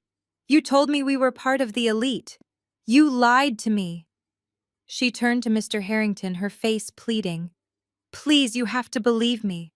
I had absolutely no idea he was stealing money. I am a victim here too. I thought he was just a brilliant investor." Mr. Harrington looked at my sister with an expression of sheer disgust. "You are no victim, Vanessa," he said coldly. "You are complicit. You paraded around this house tonight wearing stolen goods while forcing your bleeding sister to cook for us. You and your husband deserve exactly what is coming to you." Julian picked up his phone from the table and slipped it back into his pocket. "My legal team has already forwarded copies of these forensic audit reports to the Securities and Exchange Commission and the local authorities," Julian informed the room, his tone casual, for delivering such devastating news. "I highly suggest you retain a criminal defense attorney, Trent. You are going to need one before the sun comes up." Trent just sobbed louder, broken and utterly defeated. The sound of Trent sobbing into his hands echoed pitifully across the dining room. But before the sheer weight of his absolute ruin could fully settle over the table, a sudden commotion erupted from the hallway. My mother Brenda came storming through the archway, her face flushed with indignant rage. She had been eavesdropping from the living room the entire time, completely oblivious to the complex corporate jargon and the severity of the federal crimes being discussed. All she understood was that her precious golden child was crying and her perfect wealthy white son-in-law was being threatened. She marched straight up to the mahogany table, her high heels clicking aggressively against the hardwood floor, and positioned herself protectively behind Trent's chair. She placed her hands on his shaking shoulders and glared at Julian with pure venom. "You cannot do this to him!" My mother shrieked, her voice trembling with misplaced righteous fury. "I do not care who you think you are or how much money you have. You cannot just march into this home and destroy a good man's life based on some ridiculous accounting mistake. Trent is an honest, hard-working provider. He is a pillar of our church community." Julian did not even blink at her sudden intrusion. He simply watched her make a complete fool of herself with the same cold, clinical detachment he had shown Trent. My mother turned her burning glare toward me, pointing an accusing finger right at my face. "And you, Simone," she spat, her voice dripping with disgust. "How dare you bring this arrogant man into this house to humiliate your sister and her husband? You have always been jealous of Vanessa's perfect life. You have always wanted to ruin her happiness just because you are a miserable failure. But I will not stand here and allow you to bite the hand that feeds you. Trent is a saint for putting up with your pathetic attitude. He pays the mortgage on this massive estate every single month without ever complaining. He keeps a roof over your head. If it were not for his incredible generosity, you would be out on the street right now. You are going to apologize to him, and then you and your vicious little friend are going to pack your things and get out of his house." I slowly stood up from my velvet chair. The sudden movement sent another sharp, burning spike of pain radiating through my surgical wound, but the adrenaline pumping through my veins masked the worst of the agony.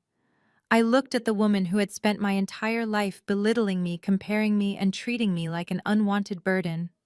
I had spent 34 years desperately craving her approval and validation, but in that exact moment, every single ounce of my childhood longing completely evaporated.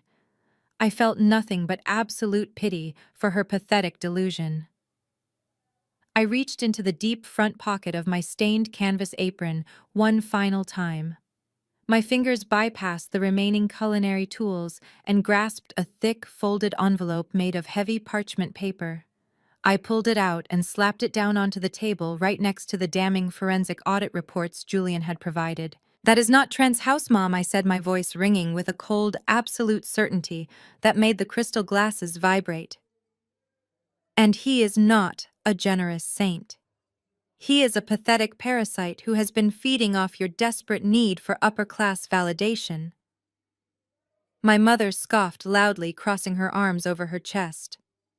"What kind of ridiculous lie are you trying to spin now, Simone?" she mocked, rolling her eyes. "I have seen the bank statements with my own 2 eyes. Trent shows me the mortgage payment confirmation every single month. He handles all the financial paperwork because he knows how to deal with those big corporate banks. You do not know the first thing about real estate or high finance." I pushed the heavy parchment envelope across the smooth, polished surface of the mahogany table until it stopped right in front of her. "Open it," I commanded. "Read the official county seal on the front page. Read the name printed on the property deed." My mother hesitated, her arrogant smirk faltering slightly under the intense weight of my unrelenting stare. She slowly reached out with a trembling hand and pulled the heavy document from the envelope. She unfolded the crisp pages, her eyes scanning the dense legal text. The silence in the dining room was suffocating. I watched the color rapidly drain from her face as she read the words over and over again, completely unable to process the absolute truth staring back at her. "This property has never had a mortgage," I explained, speaking very slowly so every single word would penetrate her thick wall of denial. "I bought this entire estate 5 years ago.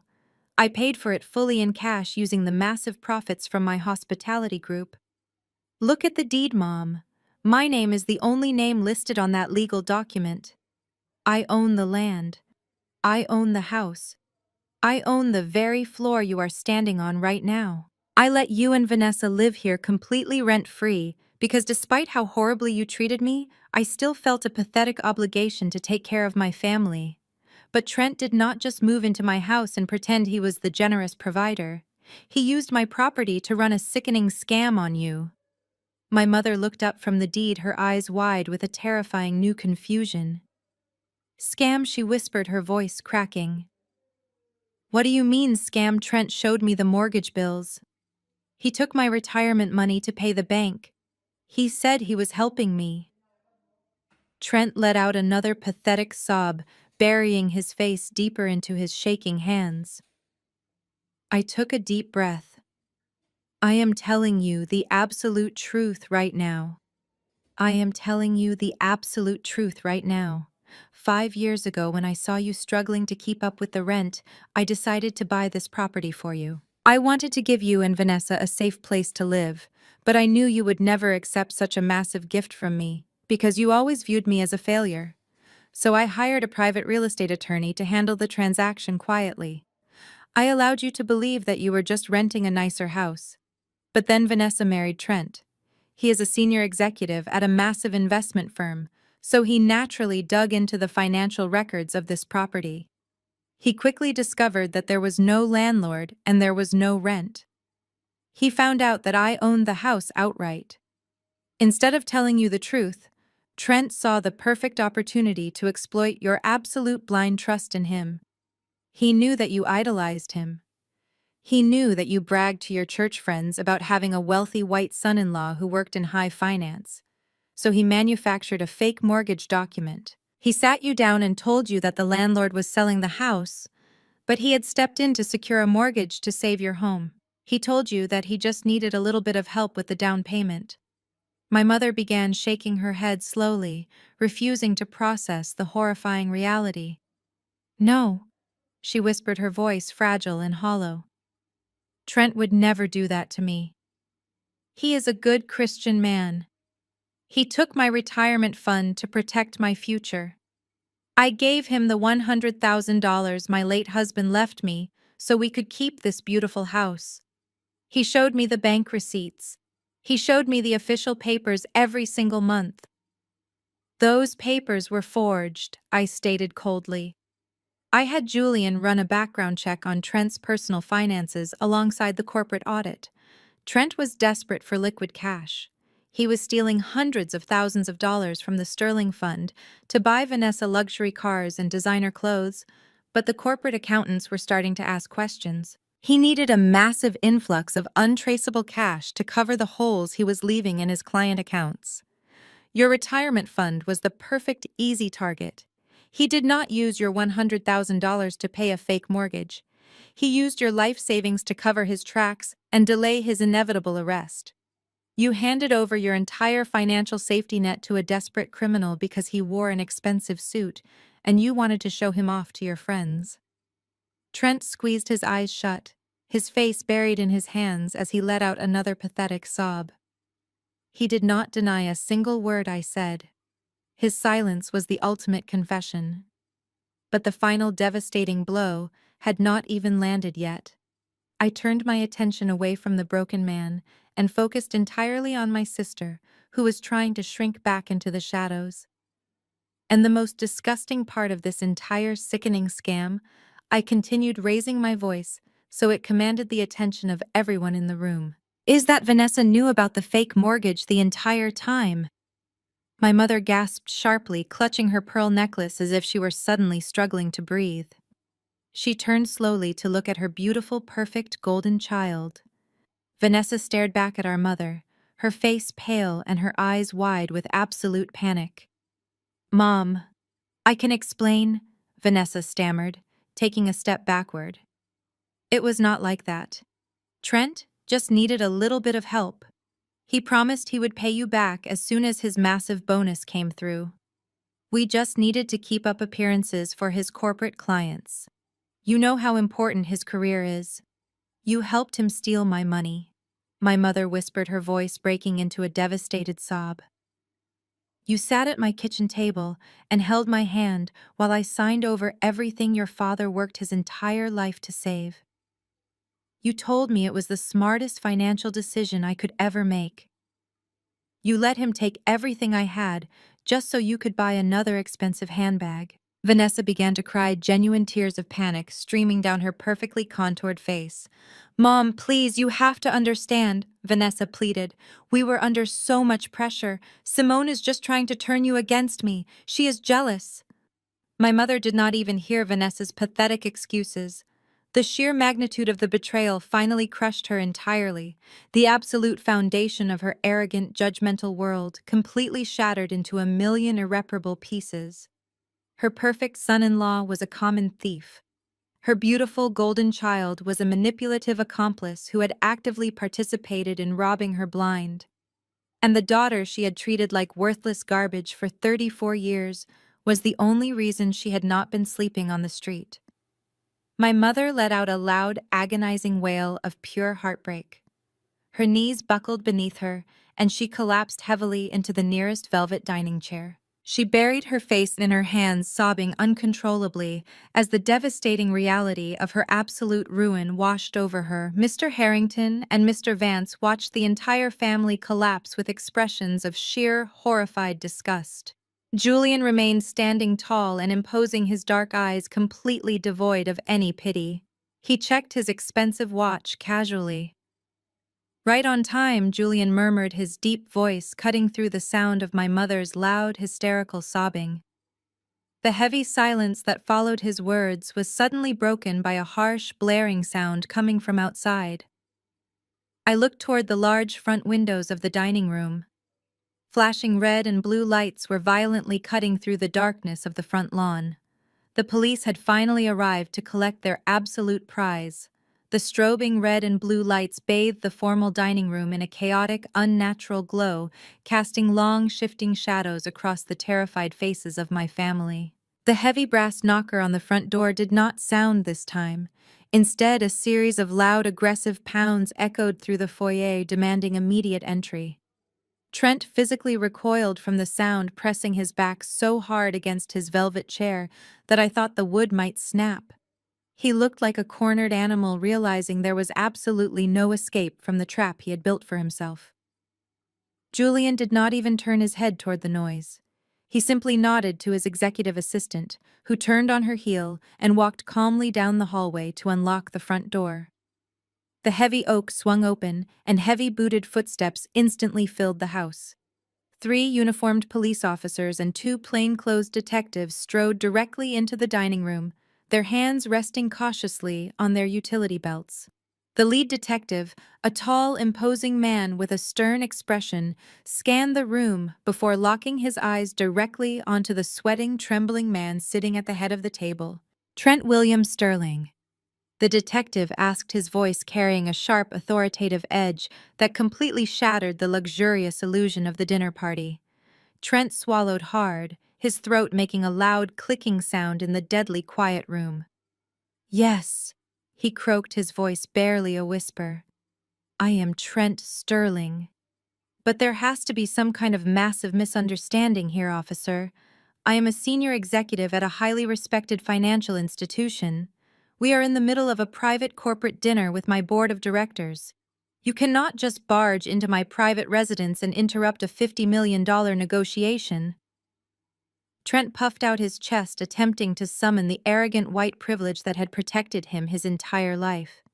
He honestly believed his expensive tailored suit and his prestigious job title would make the police bow to him and apologize for the inconvenience. He expected them to treat him with the utmost respect simply because he lived in a wealthy neighborhood. The lead detective did not look impressed. He pulled a folded piece of paper from his jacket pocket and stepped closer to the table. "There is no misunderstanding, Mr. Sterling," the detective stated coldly. "I have a federal warrant for your arrest. You are being charged with multiple counts of corporate embezzlement, felony wire fraud, and grand larceny. Please stand up and place your hands behind your back." Trent shook his head frantically, his perfectly styled blonde hair falling wildly across his forehead. "No!" he shouted, panic finally stripping away his polished corporate facade entirely. "No, you cannot do this to me. I have rights. I demand to call my lawyer immediately. I did not steal anything. The money was just resting in a different account. I was going to put it all back." His pathetic confession echoed through the dining room, cementing his guilt in front of his billionaire boss and his senior partners. The detective did not hesitate. He lunged forward, grabbing Trent by the bicep and violently pulling him out of his velvet chair. Trent yelped in pain as the officer spun him around, forcefully pressing him chest first against the expensive mahogany dining table. The pristine white tablecloth bunched up under his weight, knocking over a crystal wine glass that shattered loudly onto the hardwood floor. The sharp metallic clicking sound of the heavy steel handcuffs locking around Trent's wrists cut through the air like a final brutal judgment. His arms were pinned tightly behind his back, stripping him of every single ounce of power and authority he had ever wielded over me. Trent began to sob hysterically, his chest heaving against the polished wood of the table. He turned his head frantically, looking desperately at his corporate bosses. "Mr. Harrington, please." Trent begged, his face wet with tears and sweat.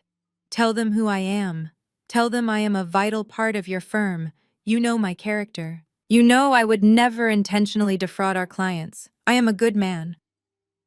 Mr. Harrington looked down at Trent with an expression of pure, unadulterated revulsion. "You are a criminal, Trent," Mr. Harrington replied, his voice dripping with venom. "You disgust me. You will never work in finance again, and I hope they lock you away for a very long time." Seeing that his board of directors had completely abandoned him, Trent twisted his head to look at the billionaire sitting calmly at the table. "Mr. Sterling, please." Trent wailed, his voice cracking into a high-pitched, pathetic shriek. "You have all the power here. You own the firm now. You can stop this.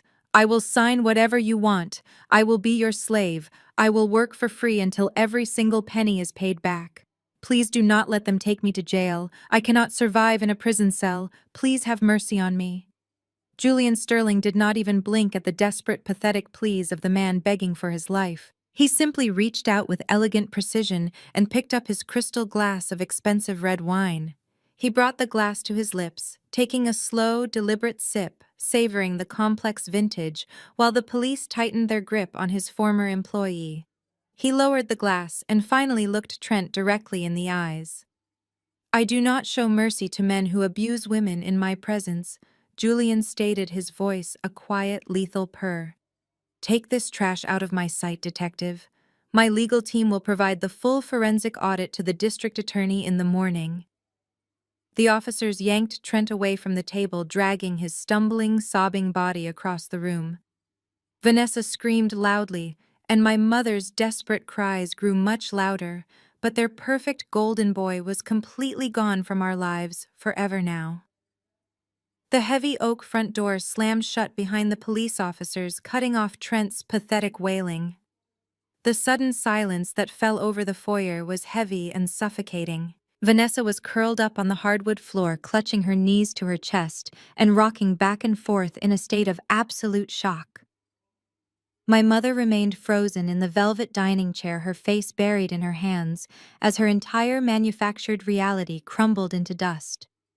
She slowly lowered her hands, her mascara running down her cheeks in thick, dark streaks. Her eyes darted around the room, completely lost, until they finally landed on me. For the first time in my entire life, she did not look at me with disgust or disappointment. She looked at me with pure desperation. "Simone," she whimpered, her voice trembling as she pushed herself up from the chair. She stumbled toward me, reaching out with both arms, as if she wanted to pull me into a tight embrace. "Oh, my sweet girl, I am so incredibly sorry. I had absolutely no idea he was a monster. You have to believe me, Simone. Trent tricked all of us. He manipulated me. We are victims here. Please forgive me, honey. We are family, and we have to stick together now more than ever." I did not let her touch me. As she lunged forward to wrap her arms around my shoulders, I took a deliberate step backward. Her hands grasped empty air, and she stumbled slightly, her face twisting in confusion and fresh tears. "Do not call me your sweet girl," I said, my voice dangerously low and completely devoid of any affection. "Do not try to rewrite history just because your golden ticket just got dragged out of here in handcuffs. You are not a victim, Mom. You are an active participant in my abuse." My mother let out a sharp gasp, clutching her chest as if I had physically struck her. "Simone, how can you say that?" She cried, tears streaming down her face. "I am your mother. I have always loved you." "You never loved me," I replied, my words cutting through the air like a surgical blade. "You loved the idea of having a perfect family to show off to your friends at church. You loved Vanessa because she was born with lighter skin and looser curls. You treated her like a delicate princess her entire life, while you treated me like a burden because my skin was darker and my hair was thicker. You projected all of your deep-seated insecurities and internalized hatred onto me from the moment I was old enough to understand what colorism was. You made sure I knew every single day that I was the ugly duckling who would never be good enough to stand beside your precious golden child." My mother shook her head frantically, trying to deny the ugly truth that had defined our entire relationship. "That is not true," she sobbed. "I just wanted you to succeed. I pushed you hard because I wanted you to do well. You pushed me out of your heart," I corrected her, refusing to let her dodge accountability. "And the moment Vanessa brought a wealthy white man into this house, you completely lost your mind. You bowed down to Trent like he was a savior. You allowed him to make racist comments about my food and my culture right in front of you. You let him degrade me. You let him call me a college dropout and a failure. You sat in my living room today, bragging to Sister Mildred on speakerphone about your rich son-in-law, while I stood in the kitchen bleeding from major surgery cooking his meal. You sold your own flesh and blood for cheap church clout. You wanted so desperately to be accepted by the upper-class elite that you willingly fed your own daughter to a toxic, arrogant racist." "Simone, please," my mother begged, falling to her knees on the hardwood floor. "I was wrong. I was so incredibly wrong. I have lost my retirement money. I have nothing left. Please do not abandon me. You are all I have now." I stared down at the woman kneeling before me. I expected to feel a surge of triumph or vindication, but all I felt was a profound, overwhelming emptiness. The mother I had spent my entire life trying to impress was nothing more than a shallow, desperate stranger. "You did not just lose your retirement money today," I said, my voice remaining completely steady. "You lost your daughter."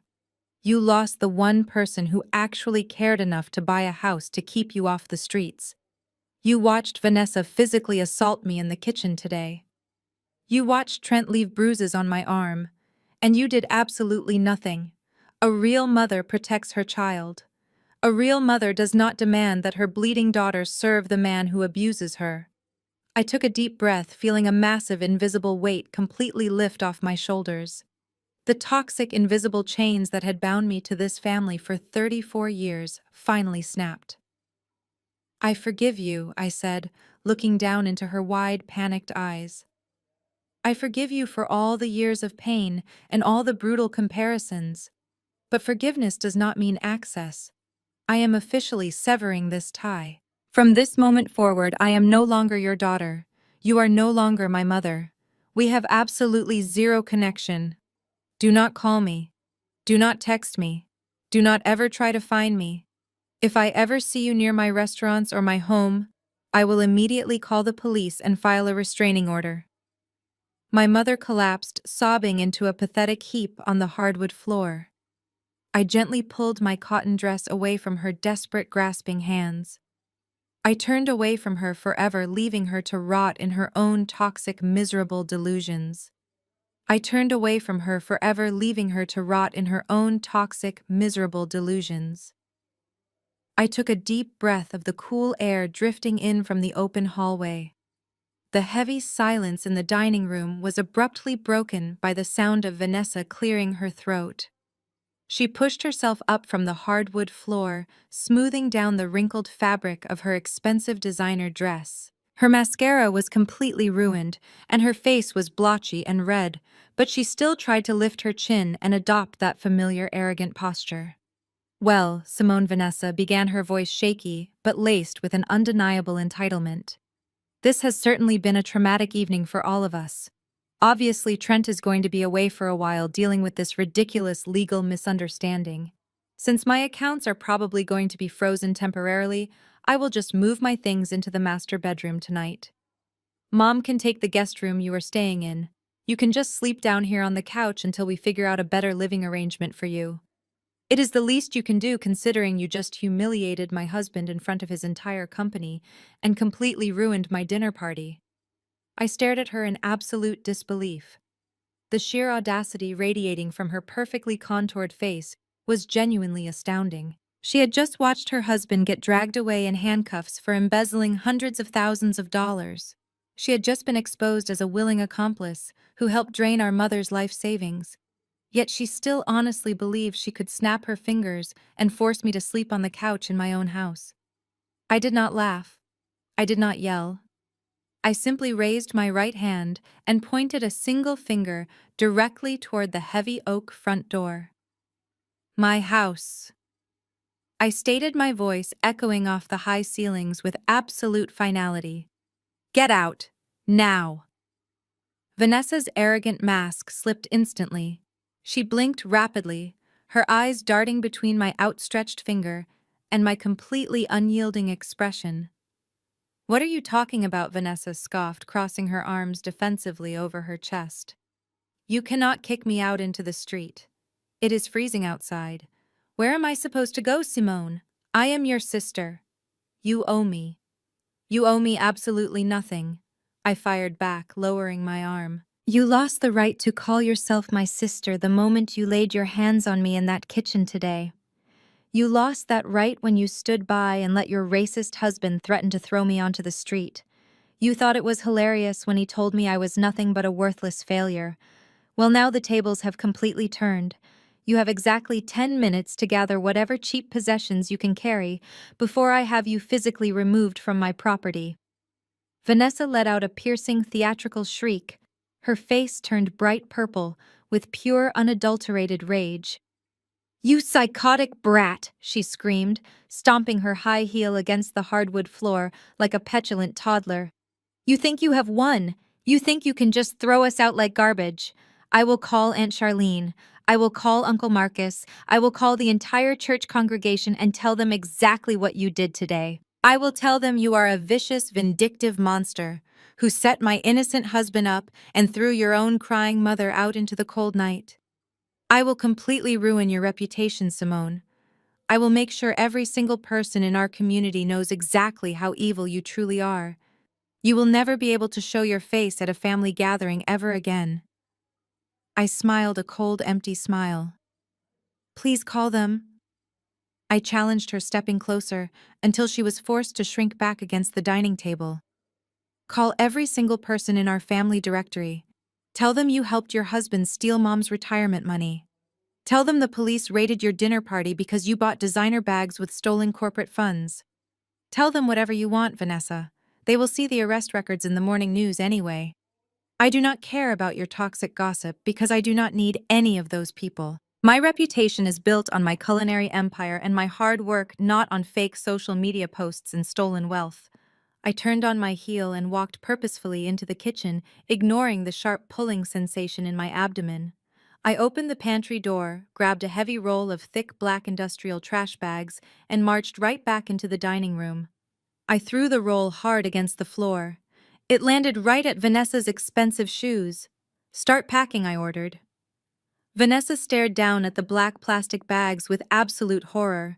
She opened her mouth to scream another threat, but Julian stepped forward from the shadows.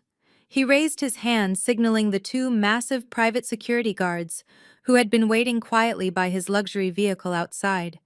The guards immediately stepped through the open front door, their sheer physical presence instantly silencing Vanessa's tantrum. Escort these two women off the property, Julian commanded, his voice a low, dangerous rumble. Do not let them take anything that does not belong to them. The guards moved with swift, terrifying efficiency. One guard firmly grasped Vanessa's arm, dragging her away from the table while she sobbed hysterically. The other guard gently but firmly pulled my weeping mother up from the floor. They were marched out into the freezing night air, carrying nothing but their ruined pride. The heavy oak door slammed shut with a resounding thud, engaging the deadbolt automatically. The sudden absolute silence that enveloped the house was the most beautiful sound I had ever heard. I stood perfectly still, letting the incredible reality of my complete freedom wash entirely over my deeply exhausted body. I closed my eyes, finally breathing in absolute peace. I closed my eyes, finally breathing in absolute peace. 6 months later, that profound sense of peace had not faded, but had instead blossomed into a beautiful everyday reality. The physical scar on my abdomen from the gallbladder surgery had faded into a thin, faint silver line, serving as a quiet reminder of the exact day my entire life changed for the better. I no longer woke up with a knot of anxiety twisting in my stomach, anticipating the next insult or microaggression from my family. I woke up in my massive master bedroom, surrounded by soft sunlight and the quiet, comforting stillness of a home that belonged entirely to me. My physical healing was complete, but the mental and emotional healing was a much deeper journey. Stripping away 34 years of conditioned toxicity and colorism required deliberate daily effort. I spent the first few weeks working with an incredible therapist, unpacking the heavy baggage my mother had strapped to my back since childhood. I learned how to completely detach my personal worth from their twisted validation. The transition was made significantly easier by the sheer volume of desperate, pathetic voicemails I received and subsequently ignored. In the first 2 months, my blocked folder was absolutely overflowing with messages from both Vanessa and my mother. I would occasionally listen to them just to remind myself why I locked the door.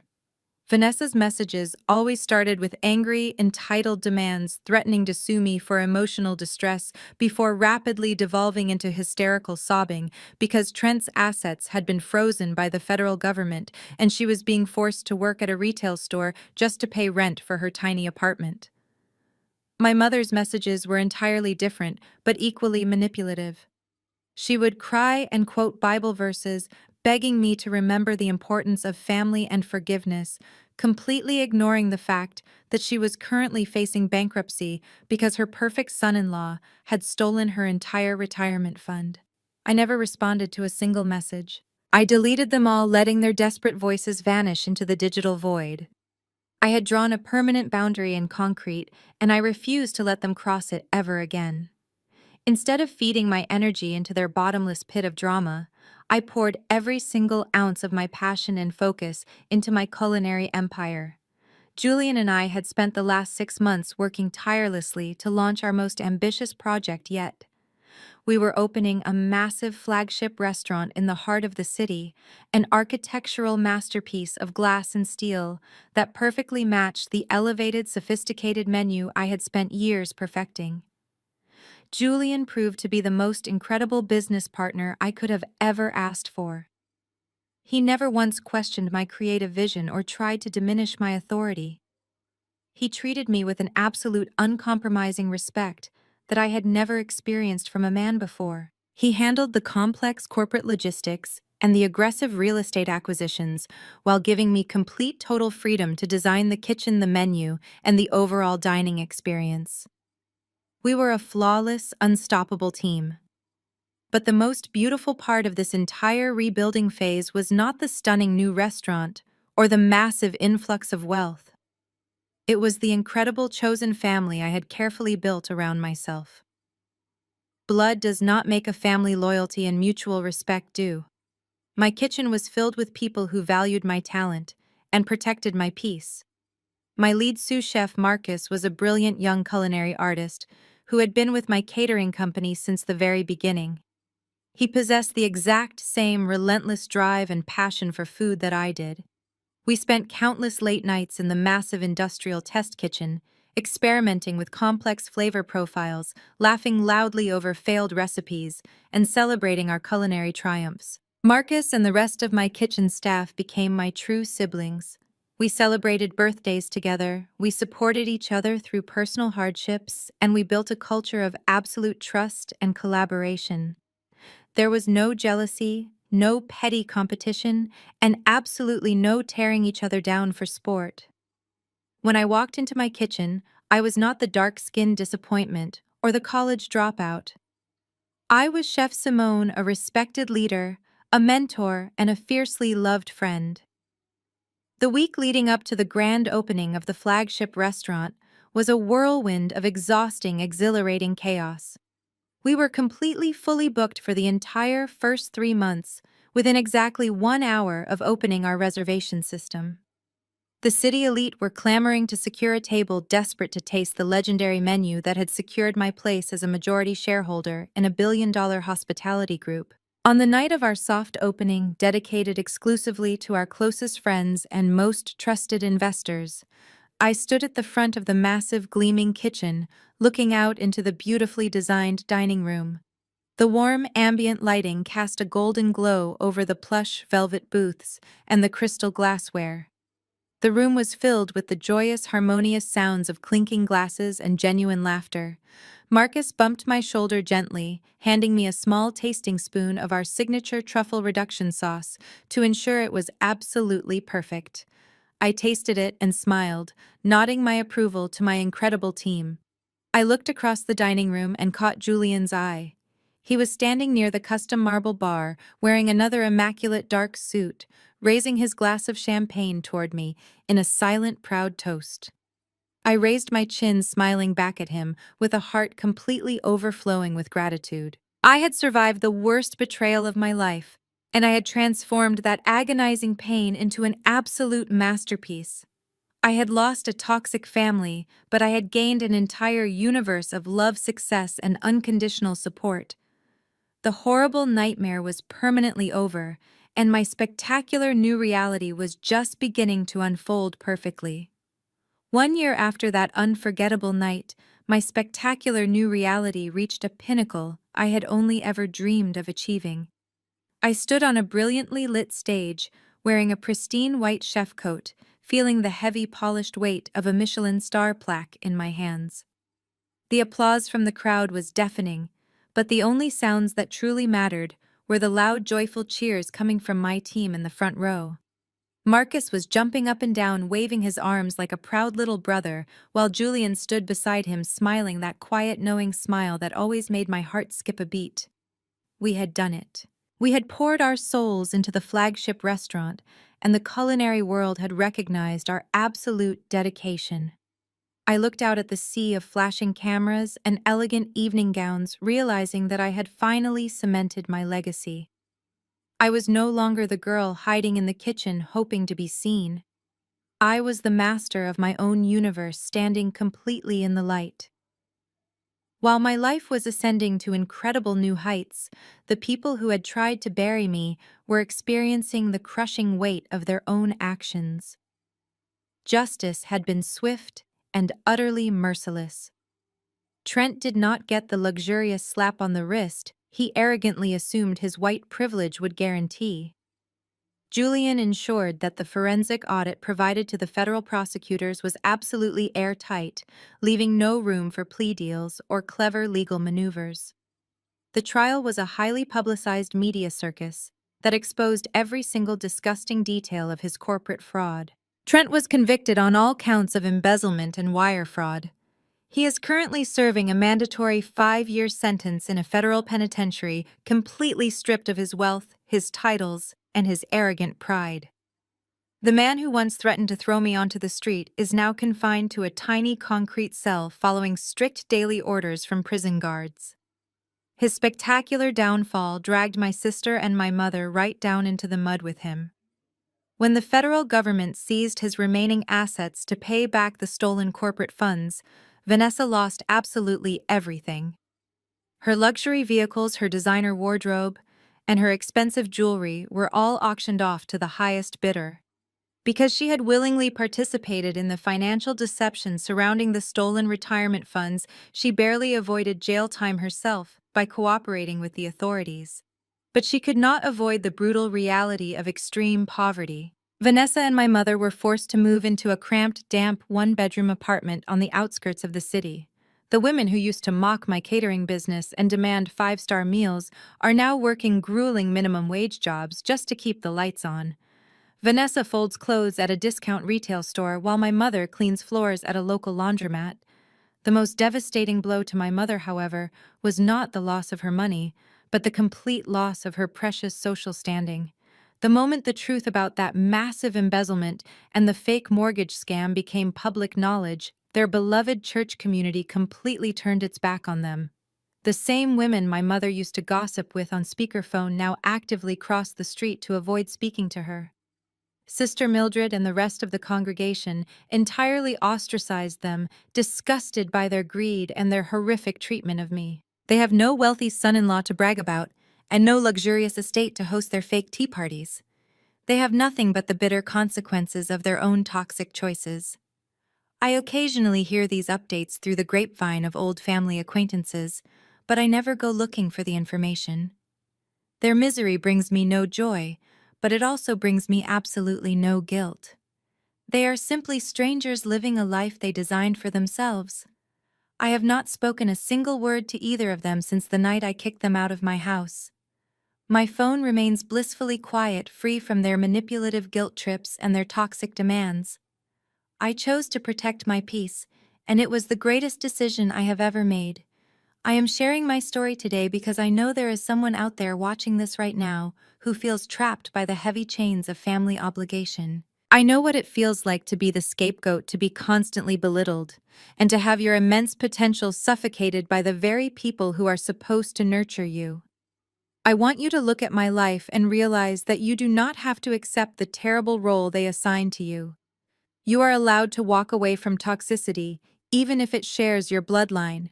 Never let family weaponize your loyalty against you. Do not let them use your kind heart as a doormat for their insecurities. You have the power to rewrite your entire story, and you have the right to choose who gets to sit at your table. Sometimes the greatest revenge is not anger or arguments. Sometimes the greatest revenge is your own spectacular success and the absolute peace of a blocked number. Keep building your empire, keep protecting your energy, and never apologize for outgrowing the people who tried to keep you small. If my journey resonated with you today, please take a moment to hit the like button and subscribe to the channel. Let me know in the comments below how you have established boundaries in your own life and found your chosen family. Share this video with someone who might need a reminder of their own worth and strength. Thank you so much for taking the time to watch and listen to my story today. I truly appreciate your wonderful and consistent support. Stay strong and stay entirely focused on your own incredible goals, because always remember that your beautiful new reality is just one brave decision away. The harrowing journey of Simone teaches us a profound and often difficult lesson. Blood relations do not automatically entitle anyone to your endless loyalty, especially when that loyalty is met with abuse and disrespect. For decades, Simone endured severe emotional manipulation, colorism, and physical disregard from her own mother and sister. She believed that by providing for them, by buying the very roof over their heads, she could eventually earn the love and validation she was denied since childhood. However, the tragic reality she discovered is that toxic people do not change their behavior. When you give them more, they simply find new ways to exploit your generosity. The true turning point in this story is not just the dramatic exposure of Trent's corporate crimes or the revelation of the forged mortgage. The most powerful moment is when Simone finally recognizes her own immense worth and decides to sever the toxic ties completely. She realizes that her mother's affection was conditional, entirely dependent on superficial status and the proximity to white privilege. By kicking her abusers out and blocking their numbers, Simone reclaims her power. She stops seeking validation from a broken source and instead builds a chosen family rooted in mutual respect, shared passion, and unconditional support. This narrative brilliantly illustrates that protecting your peace is not an act of cruelty, but a necessary action of survival and radical self-love. You are not obligated to set yourself on fire simply to keep your family warm. True family will celebrate your successes, protect your well-being, and never demand that you shrink yourself to accommodate their deep insecurities or selfish expectations. You deserve to exist where you are entirely valued. Please examine the relationships in your own life and bravely set the boundaries needed to protect your peace today.